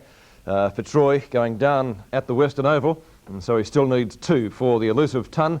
Simon Beasley, 6 today for 63. Lee Matthews, 6 today, although fairly quiet after half-time in a losing Hawthorn score at Princes Park. Mickey Conlon, 2 for a total of 45. And you're watching Sevens Big League. We'll be back with our final match for replay this evening, like the clash at Arden Street between North Melbourne and Geelong.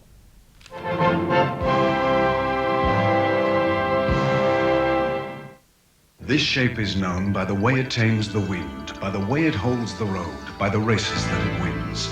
This shape is known by the quiet that's inside, by a style all its own. It's more than just a ride, it's command behind the wheel. It's the way it makes you feel that the road is pulled right up into your hands. Technology inspired it to run right across this land. But until you get to drive it, you'll never understand what it's like to have a feeling for the road. Holden Collingwood. Stem-a-rolling while controlling, stem-a-rolling after rolling while eyeballing at the bowling. Longest, strongest, stem-a-roll. I'm stem-a-rolling while I'm strolling, stem-a-rolling after rolling while I'm rolling on the toweling. Longest, strongest, stem-a-roll. It's not just chewing gum. And now, here's Peter. Thank you. You're a wonderful audience. Okay, Mike, you're our champion. Now, listen carefully. Here's your first clue. Bills, church, Sunday. Right. Now, your second clue. Phone call, STD. Right. Okay, Mike, now for the big one. Money, bank, save. I know, make an STD call on Sunday and save money. He's done it. Yes, folks, phone STD on Sunday. It's cheaper than you think. Back on top position after losing it for only 1 round, North Melbourne is still everyone's logical pick as premiership favourites, as the Kangaroos have only 1 blemish in the second half of the season, that of course being their 7-point loss to Hawthorn in round 18. Today they took on Geelong at Arden Street, almost an unknown quantity of late, although the Cats did bear their claws last up when they displayed all their early season vigour and will to win with a meritorious win over the Swans at the SCG yesterday week. Although North suffered 2 mishaps at training on Thursday, losing skipper Wayne Schimmelbusch and utility player Peter Jonas, they covered their losses pretty well, with Fury and Kelly coming back into the lineup while the Cats regained the services of Peter Featherby. Our replay begins tonight at the 8.5-minute mark of the third quarter. Our commentators at North are Bob Skilton and Jack Edwards. Hooks it towards the centre. Great mark over the top taken by Yates. So it's Mark Yates. Puts the ball out wide. All Geelong. Featherby. Easily gets around. The left foot kick wobbles forward. Not a good one. Law misses a sitter. Tackle. Could easily have been penalised. Geelong taps the ball forward. Ramsey forces it forward. Over the boundary line it goes. And a throw-in to take place. Good defence by Ramsey there. About to say the same thing. It was good work by Ramsey. He was heading for the boundary line. He knew exactly what he wanted to do with it. He didn't want to take possession and get tackled and get penalised. The ball tapped out, tapped on by Ramsey again. Mossop has a shot toward goal, a chance for Dench to take the ball away. Dench can see Demetriou on the wing position opposed to Bruce Nankervis. Neither take the mark. Nankervis takes the free kick though. He can swing back on the left foot and get the ball moving quickly. He does now. Kick toward Mossop. That's a high one. Mossop the chance to take the mark. The hands went up and the umpire has paid the free kick North Melbourne's way to Dempsey. So as Dempsey after that mark got a hand pass out to Dench. Card couldn't quite take the mark. Fury gains possession. A hand pass over the top. North Melbourne on the scoring side of the ground as McCann goes goalward. It's a nice looking kick from McCann. That's where you kick your goals from. And Stephen McCann kicks his third. Well, it took North a long time to get on the scoring side of the ground in this third term, but they have done it eventually. North Melbourne 8 goals 14. Geelong 8 goals 12. North Melbourne lead by 2 points on Sevens Big League. Stephen McCann. Well, it certainly proved out what we've been saying, Bob, about getting on the outer side of the ground when going to the Arden Street end. And on the big replay on Channel 7, you see McCann, lovely kick after taking the hand pass from Tony Fury. He can certainly kick a ball. Burke got the ball down. Bruns kick smothered. Picked up by Reid. Couldn't get the hand pass in. Featherby's there. He does get the hand pass, but it runs past Neil. Jimmy Crackett does well to get the ball forward. Kicks it off the ground. Good tackle against Abernathy by Bruns. Boss wins possession. The hand pass across to Buse. The little Geelong Rover comes towards the wing. Puts it wide. Over the boundary line on the full. So the free kick will be taken by Roy Ramsey. Bit of a dust-up down there between Hughes and Jimmy Cracker. The umpires come in to sort things out. Dimitri goes in to help his teammate, as does Neil going to help his teammate. So play being held up here on the half-back flank area for North Melbourne while the umpires sort out this little bit of a to-do. Not a great deal in it. Hughes didn't appreciate the hip and shoulder of Jimmy Cracker as he was about to get rid of the ball, that last passage of play. Ramsey kicking the ball up high. Dempsey the favourite with the front position. Can't take the mark. Tanner's through his legs. Gregor waited the arrival of the ball. Couldn't take it clean. He's been hurried up by Whitcomb. Up toward Ramsey. In front. A good mark to Bruns. Bruns can play on quickly. Was about to do so, but he didn't have anyone home in the goal square. He looks for Mossop now. Only 12 metres out from goal. Mossop into the back of Dench. A free kick to David Dench. And I think that Dench used the body very well to get that free kick away from Mossop. Yes, when you're as tall as Mossop, Jack, you should not manhandle in that manner. I think Dench was backing back into him, Bobby, and tried to make him get the arms around their shoulders, which he did. Well, it's great experience. And David Dench, very experienced fullback. Nice kick from Dench, straight up the centre of the ground. Yates in the front position, couldn't quite take the mark. Demetrio's short kick up towards the half-forward line. Jimmy Cracker coming out, gains possession, gives the hand pass across to Hodgman. Hodgman now with a left foot kick, will not make the distance, but it's high, floating in the air. And Bridus once again behind, gives away the free kick. Yes, Malarkey took the front berth from him. The hand pass comes to Nankervis, who drives up with the left foot.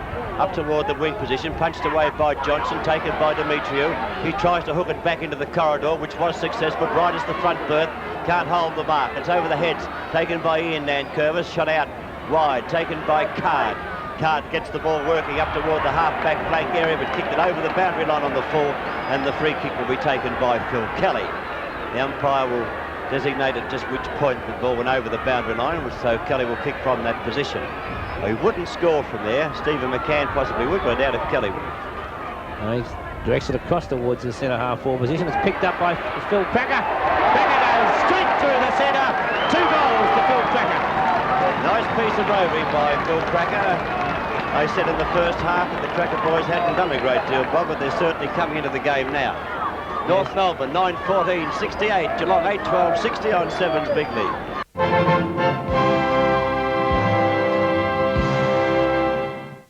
The advanced Quintrex picture tube inside means a better picture out front. You'll only see it on National. Pro quality shows through, huh? The more I see you. Want to see more? More new TV sets. More going for them. That's National. National sure puts more into television. The same pro quality that made their video systems famous. From National. Home style, on its cookies taste. Home style, on its make 'em the way you'd make them. Home style, good and home style. No one makes a range of cookies as good as Arnott's because Arnott's make cookies the way you'd make them, with only the best ingredients. So when you reach for a cookie, reach for an Arnott's. Arnott's cookies taste home style. Aren't you glad to know it's coming, Comet? We're the #1 throughout the land. Comet is Australia's #1 express freight carrier. And with Comet's control systems, we can tell where your parcel is at any time. It's never out of Comet's care. And if it's on the map, we'll get it there. Comet, when it absolutely, positively has to be there overnight. Sunday night at 8:30, 7 Sport presents live from Helsinki the loneliest race in the world, the marathon. Hi Australia, it's Rob De Castella here in Helsinki. Hope you're all going to join us on Sunday night for the marathon on Channel 7. Cheer on Melbourne's own Deekers, Sunday night, 8:30. We're at the 18-minute mark now of the third quarter. North Melbourne leading by 7 points. Free kick goes away on North Melbourne. Well, there might have been a 15-metre penalty there, but the umpire said no. I think it was no fault of the Geelong player. It was a poor piece of football by Fury. He put the ball across the ground. Fury's intercepted. He's coming right down the ground. Nobody running at him. Now the hand pass to Peake. Peake a chance for goal #4. And there it is. North Melbourne's mistake. A goal to Peake. No, you're dead right. I look across the ground at Fury now. He hangs his head in shame. When you have the breeze behind you, why not go long? He brought the ball across the ground to the half-forward position with a poor kick, and it's cost North Melbourne a goal. North Melbourne, 9 goals, 14-68. Geelong, 9 goals, 13-67 on Sevens Big League.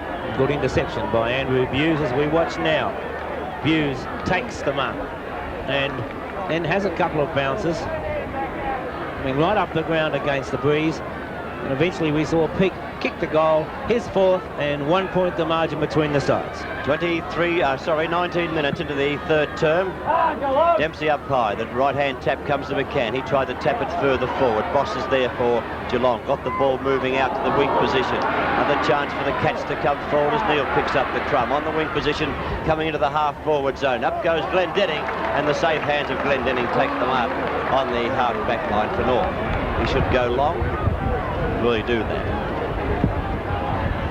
Yes, torpedo punt makes them violent. They do not come much longer. Now, this could nearly be a goal if McCann can get onto one of those kicks like Glendenning let go. McCann's no slouch when it comes to kicking a ball, so let's see what he can do with it. So Stephen McCann, 3 goals, 3 on the board at the moment. Will not score with this one. Mossop up, punches the ball away, and it's through for 1 point.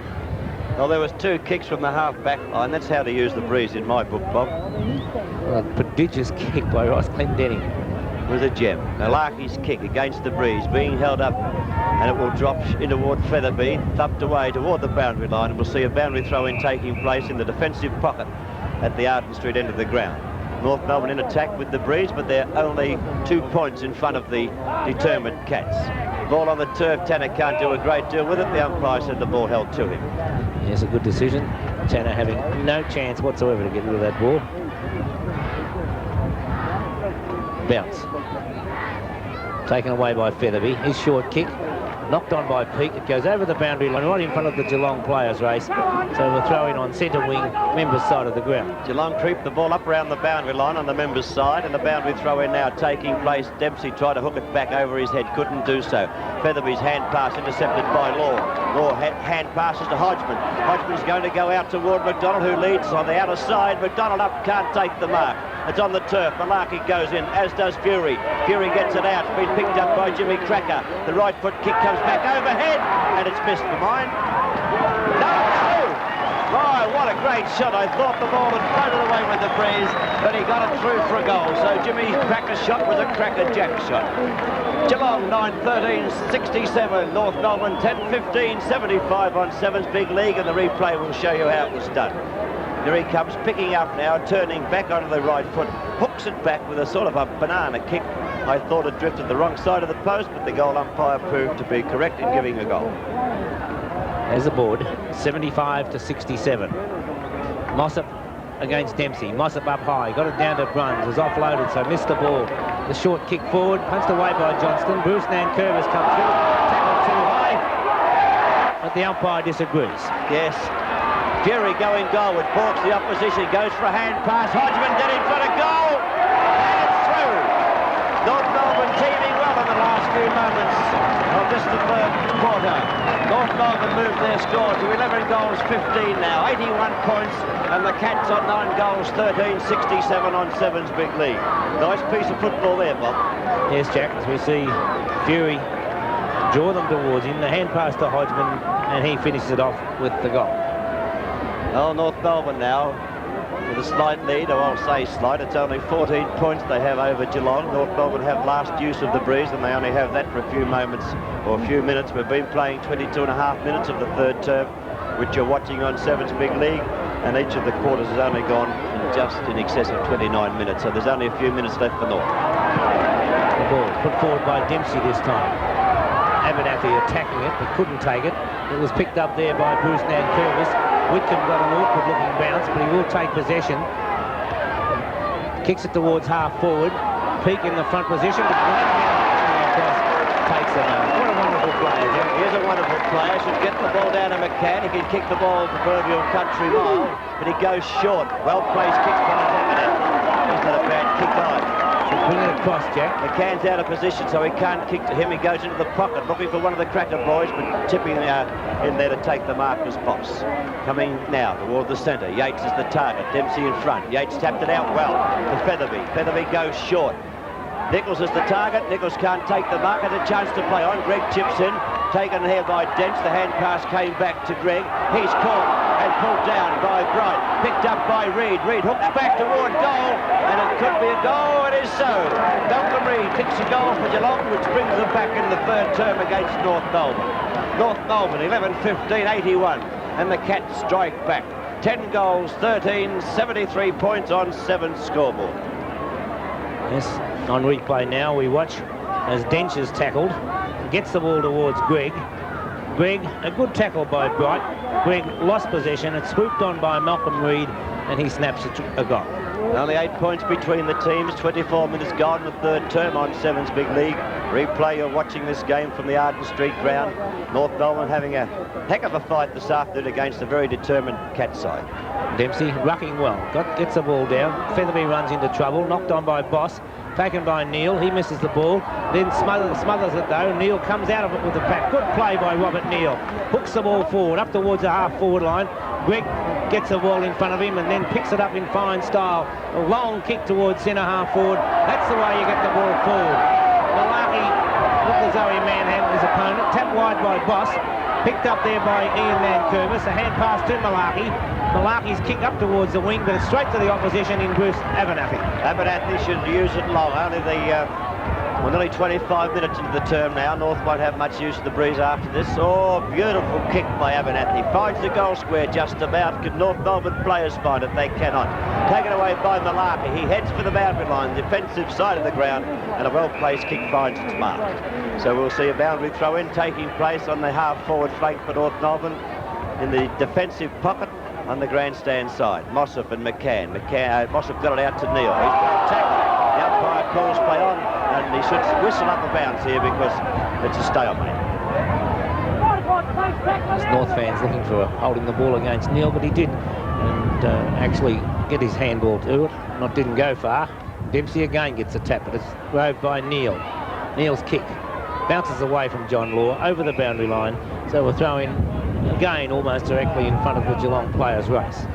The breeze blowing right into the forward pocket on the North Melbourne grandstand side. Mossop got the ball to Neal. He looks upfield. Punched away by Glendenning. Reid takes it. Hand passes toward Buse. Buse got tackled though. Ball in that pack of players there, forced out toward Dench, who got legged on the way out. Ramsey. Dench stuck the head, got hit, and the hand pass comes back to Nichols. The ball comes up toward Carlton. Carlton and Bright doing battle. Picked up by Ramsey. Tanner's the target, I think, for Kelly. Should be a short one. Kelly might not go short. He may go long.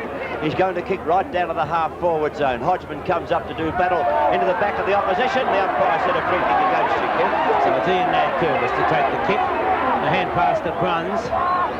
Bruns going straight down the ground. Dench coming out. Gives away a free kick, though, as he got straight into Tui. And Bernard Tui of Geelong will take the kick across the half-forward line. North Melbourne 8 points in front. Nearly 27 minutes into the third term. The Cats kicking against the breeze, doing a good job here. If they can go down only a few points at three-quarter time, they can come out in the final term with the breeze behind them. Law does well to come out with the ball. Puts the high kick towards the wing. Boss punches the ball away. McCann threw the ball out almost to Phil Cracker. Playing the ball in front of him. Phil Cracker shows the pace. Goes goalward. Touchdown right on the line. Yeah, it's good goal, Bobby. Right on the goal line. The hands went up to touch the ball. The kick needed another metre on it to get through. Malarkey looking to the outer side. Shouldn't go there. Comes back the members' side. Kicks high toward Mossop. Mossop near the boundary line. Oh, just about hooked that ball in. Not quite. Has been paid. Just paid the mark.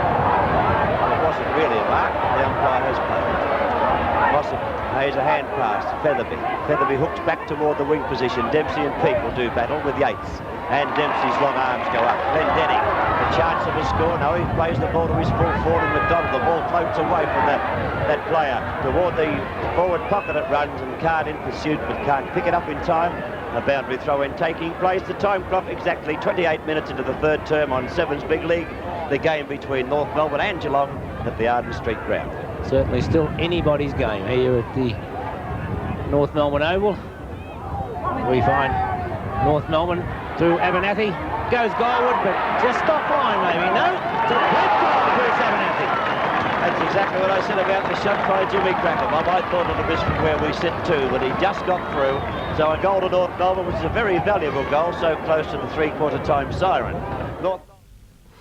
And North Melbourne finishing just a little bit too strongly for Geelong, kicking 4 goals to 1 in the final term to win by 32 points. McCann got 4 goals for North, Jimmy Cracker 3, and for Geelong, Brian Peake got 4 goals. Stats on the match from the Arden Street ground. Not too much insofar as the kicks concerned. The mark 61 to 55. Free kicks 30 to 36 in favour of the Cats. The handballs 86 to 85, a margin of only 1 in favour of North. The hit-outs 38 to 26 and the shots at goal 44 to 36. Let's check all today's siren scores, or from the other 3 matches. And first up, Richmond and St Kilda. And the Saints far too good for the Tigers for the second time in the year. Lockett got 5 goals for St Kilda, Fashini and Darryl Cunningham 4 each.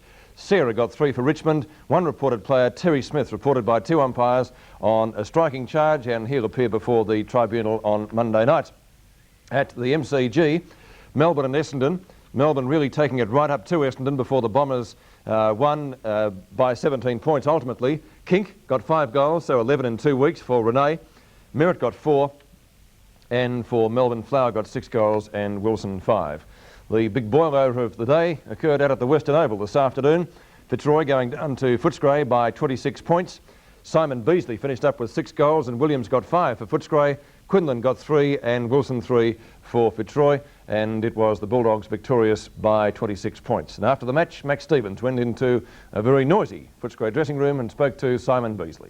They appreciate the wins at the Western Oval. We've got a great group of supporters and we've let them down badly over the last couple of months, but certainly today we've given them something to think about. Looking at the game, Footscray rather slow in the first half and some messy play, but you came right back in the third quarter. I think that was the turning point. Yes, I think we played most probably our worst football of the year and our best football of the year, and certainly after half-time, at one stage earlier in the game we were 10 goals behind, but you know, we worked our way back in, and it's a credit to the blokes that we were able to do that. I thought they showed a lot of character today. I mean, it must be good for Footscray to win a game like this against Fitzroy for next year, more so than this year. Well, we beat them earlier in the year, and I was always confident about today's game because we do seem to grow a leg out here. I just think we've got the ability there with the addition of a few more players next year and a bit more depth at the club. I think Footscray will be a force in the future in the VFL. And I'm sure you'll agree, Hanson fixed up Bernie Quinlan today. I think he finished, he got to 98, but he didn't go any further. Yes, it was a great effort by Chris, but there again, when you're playing in that position in full forward, you rely very much on the players up the field to create pressure and stop the ball coming down easily, and our blokes up the field worked very hard and put pressure on Fitzroy. Fitzroy's players, and certainly Bernie's opportunities were limited, but Chris certainly did a great job. He's been a great acquisition for our club. And no doubt you'll be staying here next year. Yes, there's no doubt about that, Max. Max Stevens speaking to Simon Beasley on Sevens Big League. We check the league later after this break.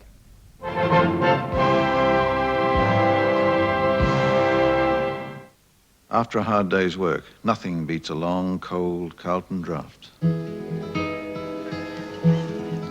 You'll find him somewhere back in nowhere. Way out there is where you'll find him. 50 dusty miles to go and 100 more behind him. There's nobody born can beat him on a horse that's bred to run. And he doesn't have to prove a thing, not one damn thing to anyone. Give me a beer and a Carlton draft. Want the coldest one you got? I've got a thirst that's gonna need some special care. Give me a beer and a Carlton draft, 'cause it's brewed to be the best. With a Carlton draft, you know the flavor's there. Carlton draft's another name for real draft beer. There's nothing beats a long, cold Carlton draft. They don't drive on roads like this in England. And the Yanks don't know how rough a road can be. They sure don't drive like this in Europe or Japan. There's only one place roads like this could be. You can buy a lot of tires from other countries, and they might be really good for over there. But you're gonna need a tough Australian tire to handle all our Aussie wear and tear. Olympic is the all-Australian tyre, made here for a land where roads are rough. So drive with Olympics underneath you. The ones you can be sure are Aussie tough. Aussie Olympics. Aussie tough. You cheered him on in Rotterdam. You probably have to push yourself through barriers of pain. The Melbourne boy made good. The local hero who had a go. We call him Deeks. The world knows him as Robert De Castella. I know he's really hungry now for the Olympics. You have to really want to run to succeed, I think. On Sunday night, the television premiere special Marathon Men. A rare and exclusive insight into the private world of the super athlete. Meet the man inside the finely honed machine. Marathon Men, Sunday, 7:30. And then you can cheer on De Castella as 7 takes you live to the first World Athletics Championships in Helsinki at 8:30. On Seven's Big League, we check the league ladder, and North Melbourne, after their win today, have a vice-like grip on top position. They have 60 points with 2 rounds to go. Fitzroy, Hawthorn and Essendon all on 52 points, so it's very, very interesting to see who gets the double chance. And then in the 5, and looking pretty good at the moment, Carlton winning their 5th match in succession today on 48 points. Next we have Collingwood from Melbourne, Geelong, Footscray, the Swans, Richmond and St Kilda on 20 points after their very good win over Richmond today. And now to our Rank Arena Player of the Round competition, the player himself to win a fabulous Rank Arena video product, and for home viewers still 2 further video recorders to be given away during the remainder of the season. You should be all noting our weekly winners of the award, and before we give you this week's winner, here's how the competition works. The player of the round from today's VFL matches will win a fabulous Rank Arena video product valued at over $800 and a home videotape library courtesy of Electronic Sales and Rentals. You too can be a winner of a magnificent Rank Arena video cassette recorder by noting down the Seven's Big League player of the round, his club and the result of the game in which he played. Entry forms available wherever Rank Arena products are sold. Right, thank you, Don Rainsford. And our player of the round tonight is Wayne Johnston of Carlton. Played a magnificent game for the Blues this afternoon, certainly their match winner. And the information you need for the entry form, Carlton winning the game by 17 points. Football coming up on 7, the Army Reserve Cup tomorrow. At the Lake Oval sees Footscray play Fitzroy. 2:15 admission is free, and we'll be crossing there live straight after World of Sport. And speaking of live, don't forget our live cross to Helsinki at 12 midnight, and we'll be having some highlights of yesterday's athletics from Helsinki at 11 p.m. later this evening. Some very important matches coming up next week with 2 rounds to go. Let's take a check on them now. Hawthorn face a danger game against Melbourne at VFL Park. Game of the day is at Princes Park, Carlton and North Melbourne. Fitzroy take on Collingwood, Geelong play Essendon, St Kilda play Footscray, and the match on Sunday you'll be seeing live on the 7 Network and associated stations from the SCG, the Swans taking on Richmond. That takes us out from 7's Big League tonight. Hope your team won today. Hope you can join us next Saturday night at 6:30. I'm Peter Landy, and don't forget to join us for the Anths later on tonight.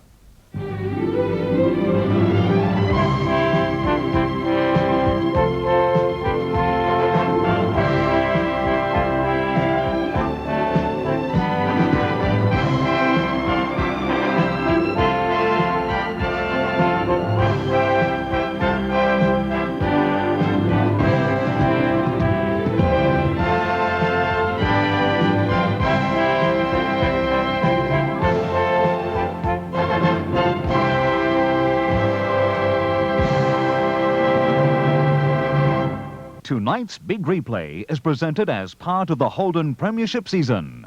Carlton and United Breweries and Rank Arena were pleased to have brought you 7's Big League. Tuesday night, the whole town's talking about Quincy, and the wedding bells that toll are getting louder. It's not an easy path our Prince treads that leads him to the altar, but you can't keep a good man down. Be our guest for the wedding of the year, Tuesday night at 8:30, brought to you by Wiltshire. We're the newsmakers, we're the headline breakers, radio with pictures, always on the go, we'll take you to all the races, dogs and the pacers, 100 3DB, Newsmaker Radio. We're the newsmakers, Melbourne's headline breakers, 100 3DB, Newsmaker Radio. Sunday night at 8:30, 7 Sport presents live from Helsinki the loneliest race in the world, the marathon. Hi Australia, it's Rob Di Castella here in Helsinki. Hope you're all going to join us on Sunday night for the marathon on Channel 7. Cheer on Melbourne's own Deekers, Sunday night, 8:30. Alec Guinness stars as George Smiley in John le Carre's intriguing tale of international espionage. Smiley's People, Thursday night, 8:30.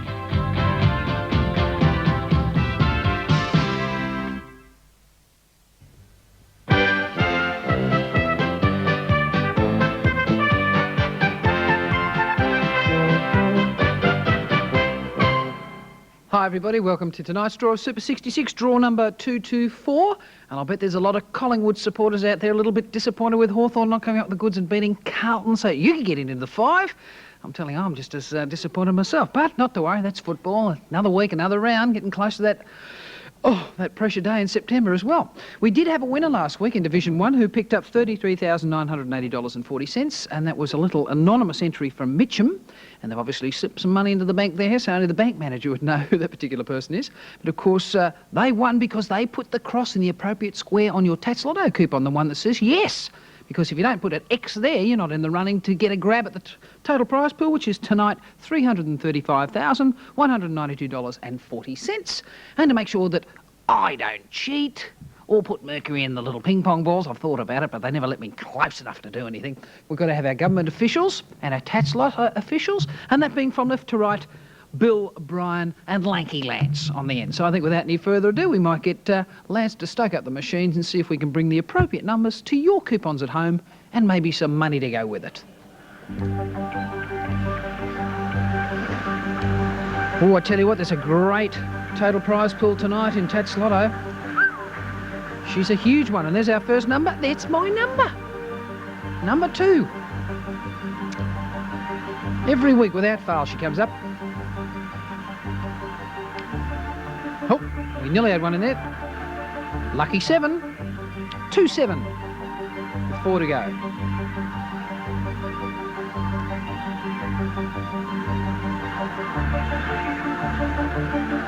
Number 3 is our third one down. 273.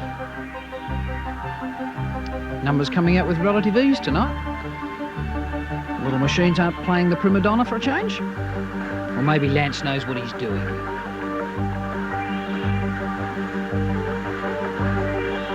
And just as I speak, oh no, there we go. Number 4 is our fourth one down. In tonight's draw, your coupon number 224. For those people with a 5-weeker, start counting back.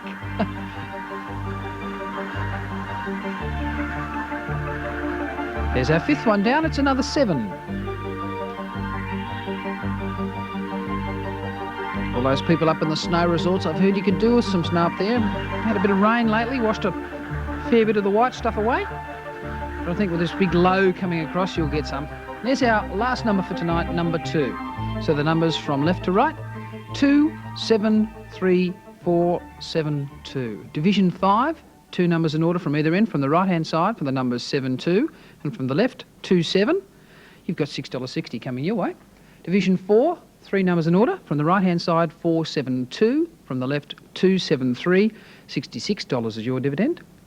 Division 3, 4 numbers in order. From the right, 3, 4, 7, 2. From the left, 2, 7, 3, 4. Your expected dividend is $666. Division 2, 5 numbers in order. From the right-hand side, 7, 3, 4, 7, 2. Or from the left, 2, 7, 3, 4, 7.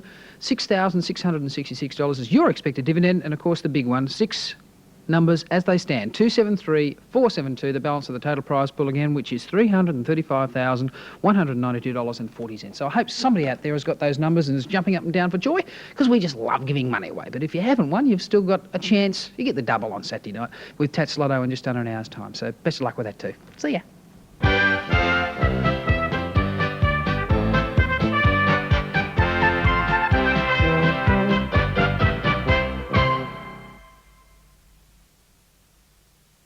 Monday night in Cop Shop, Amanda returns to Australia with some sad news.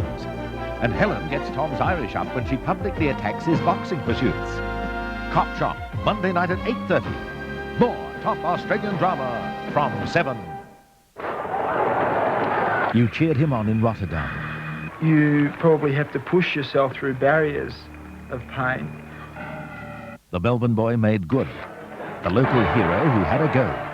We call him Deeks. The world knows him as Robert De Castella. I know he's really hungry now for the Olympics. You have to really want to run to succeed, I think. On Sunday night, the television premiere special Marathon Men.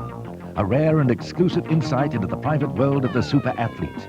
Meet the man inside the finely honed machine. Marathon Men, Sunday, 7:30. And then you can cheer on De Castella as 7 takes you live to the first World Athletics Championships in Helsinki at 8:30. Tuesday night, the whole town's talking about Quincy. Be our guest for the wedding of the year, Tuesday, 8:30.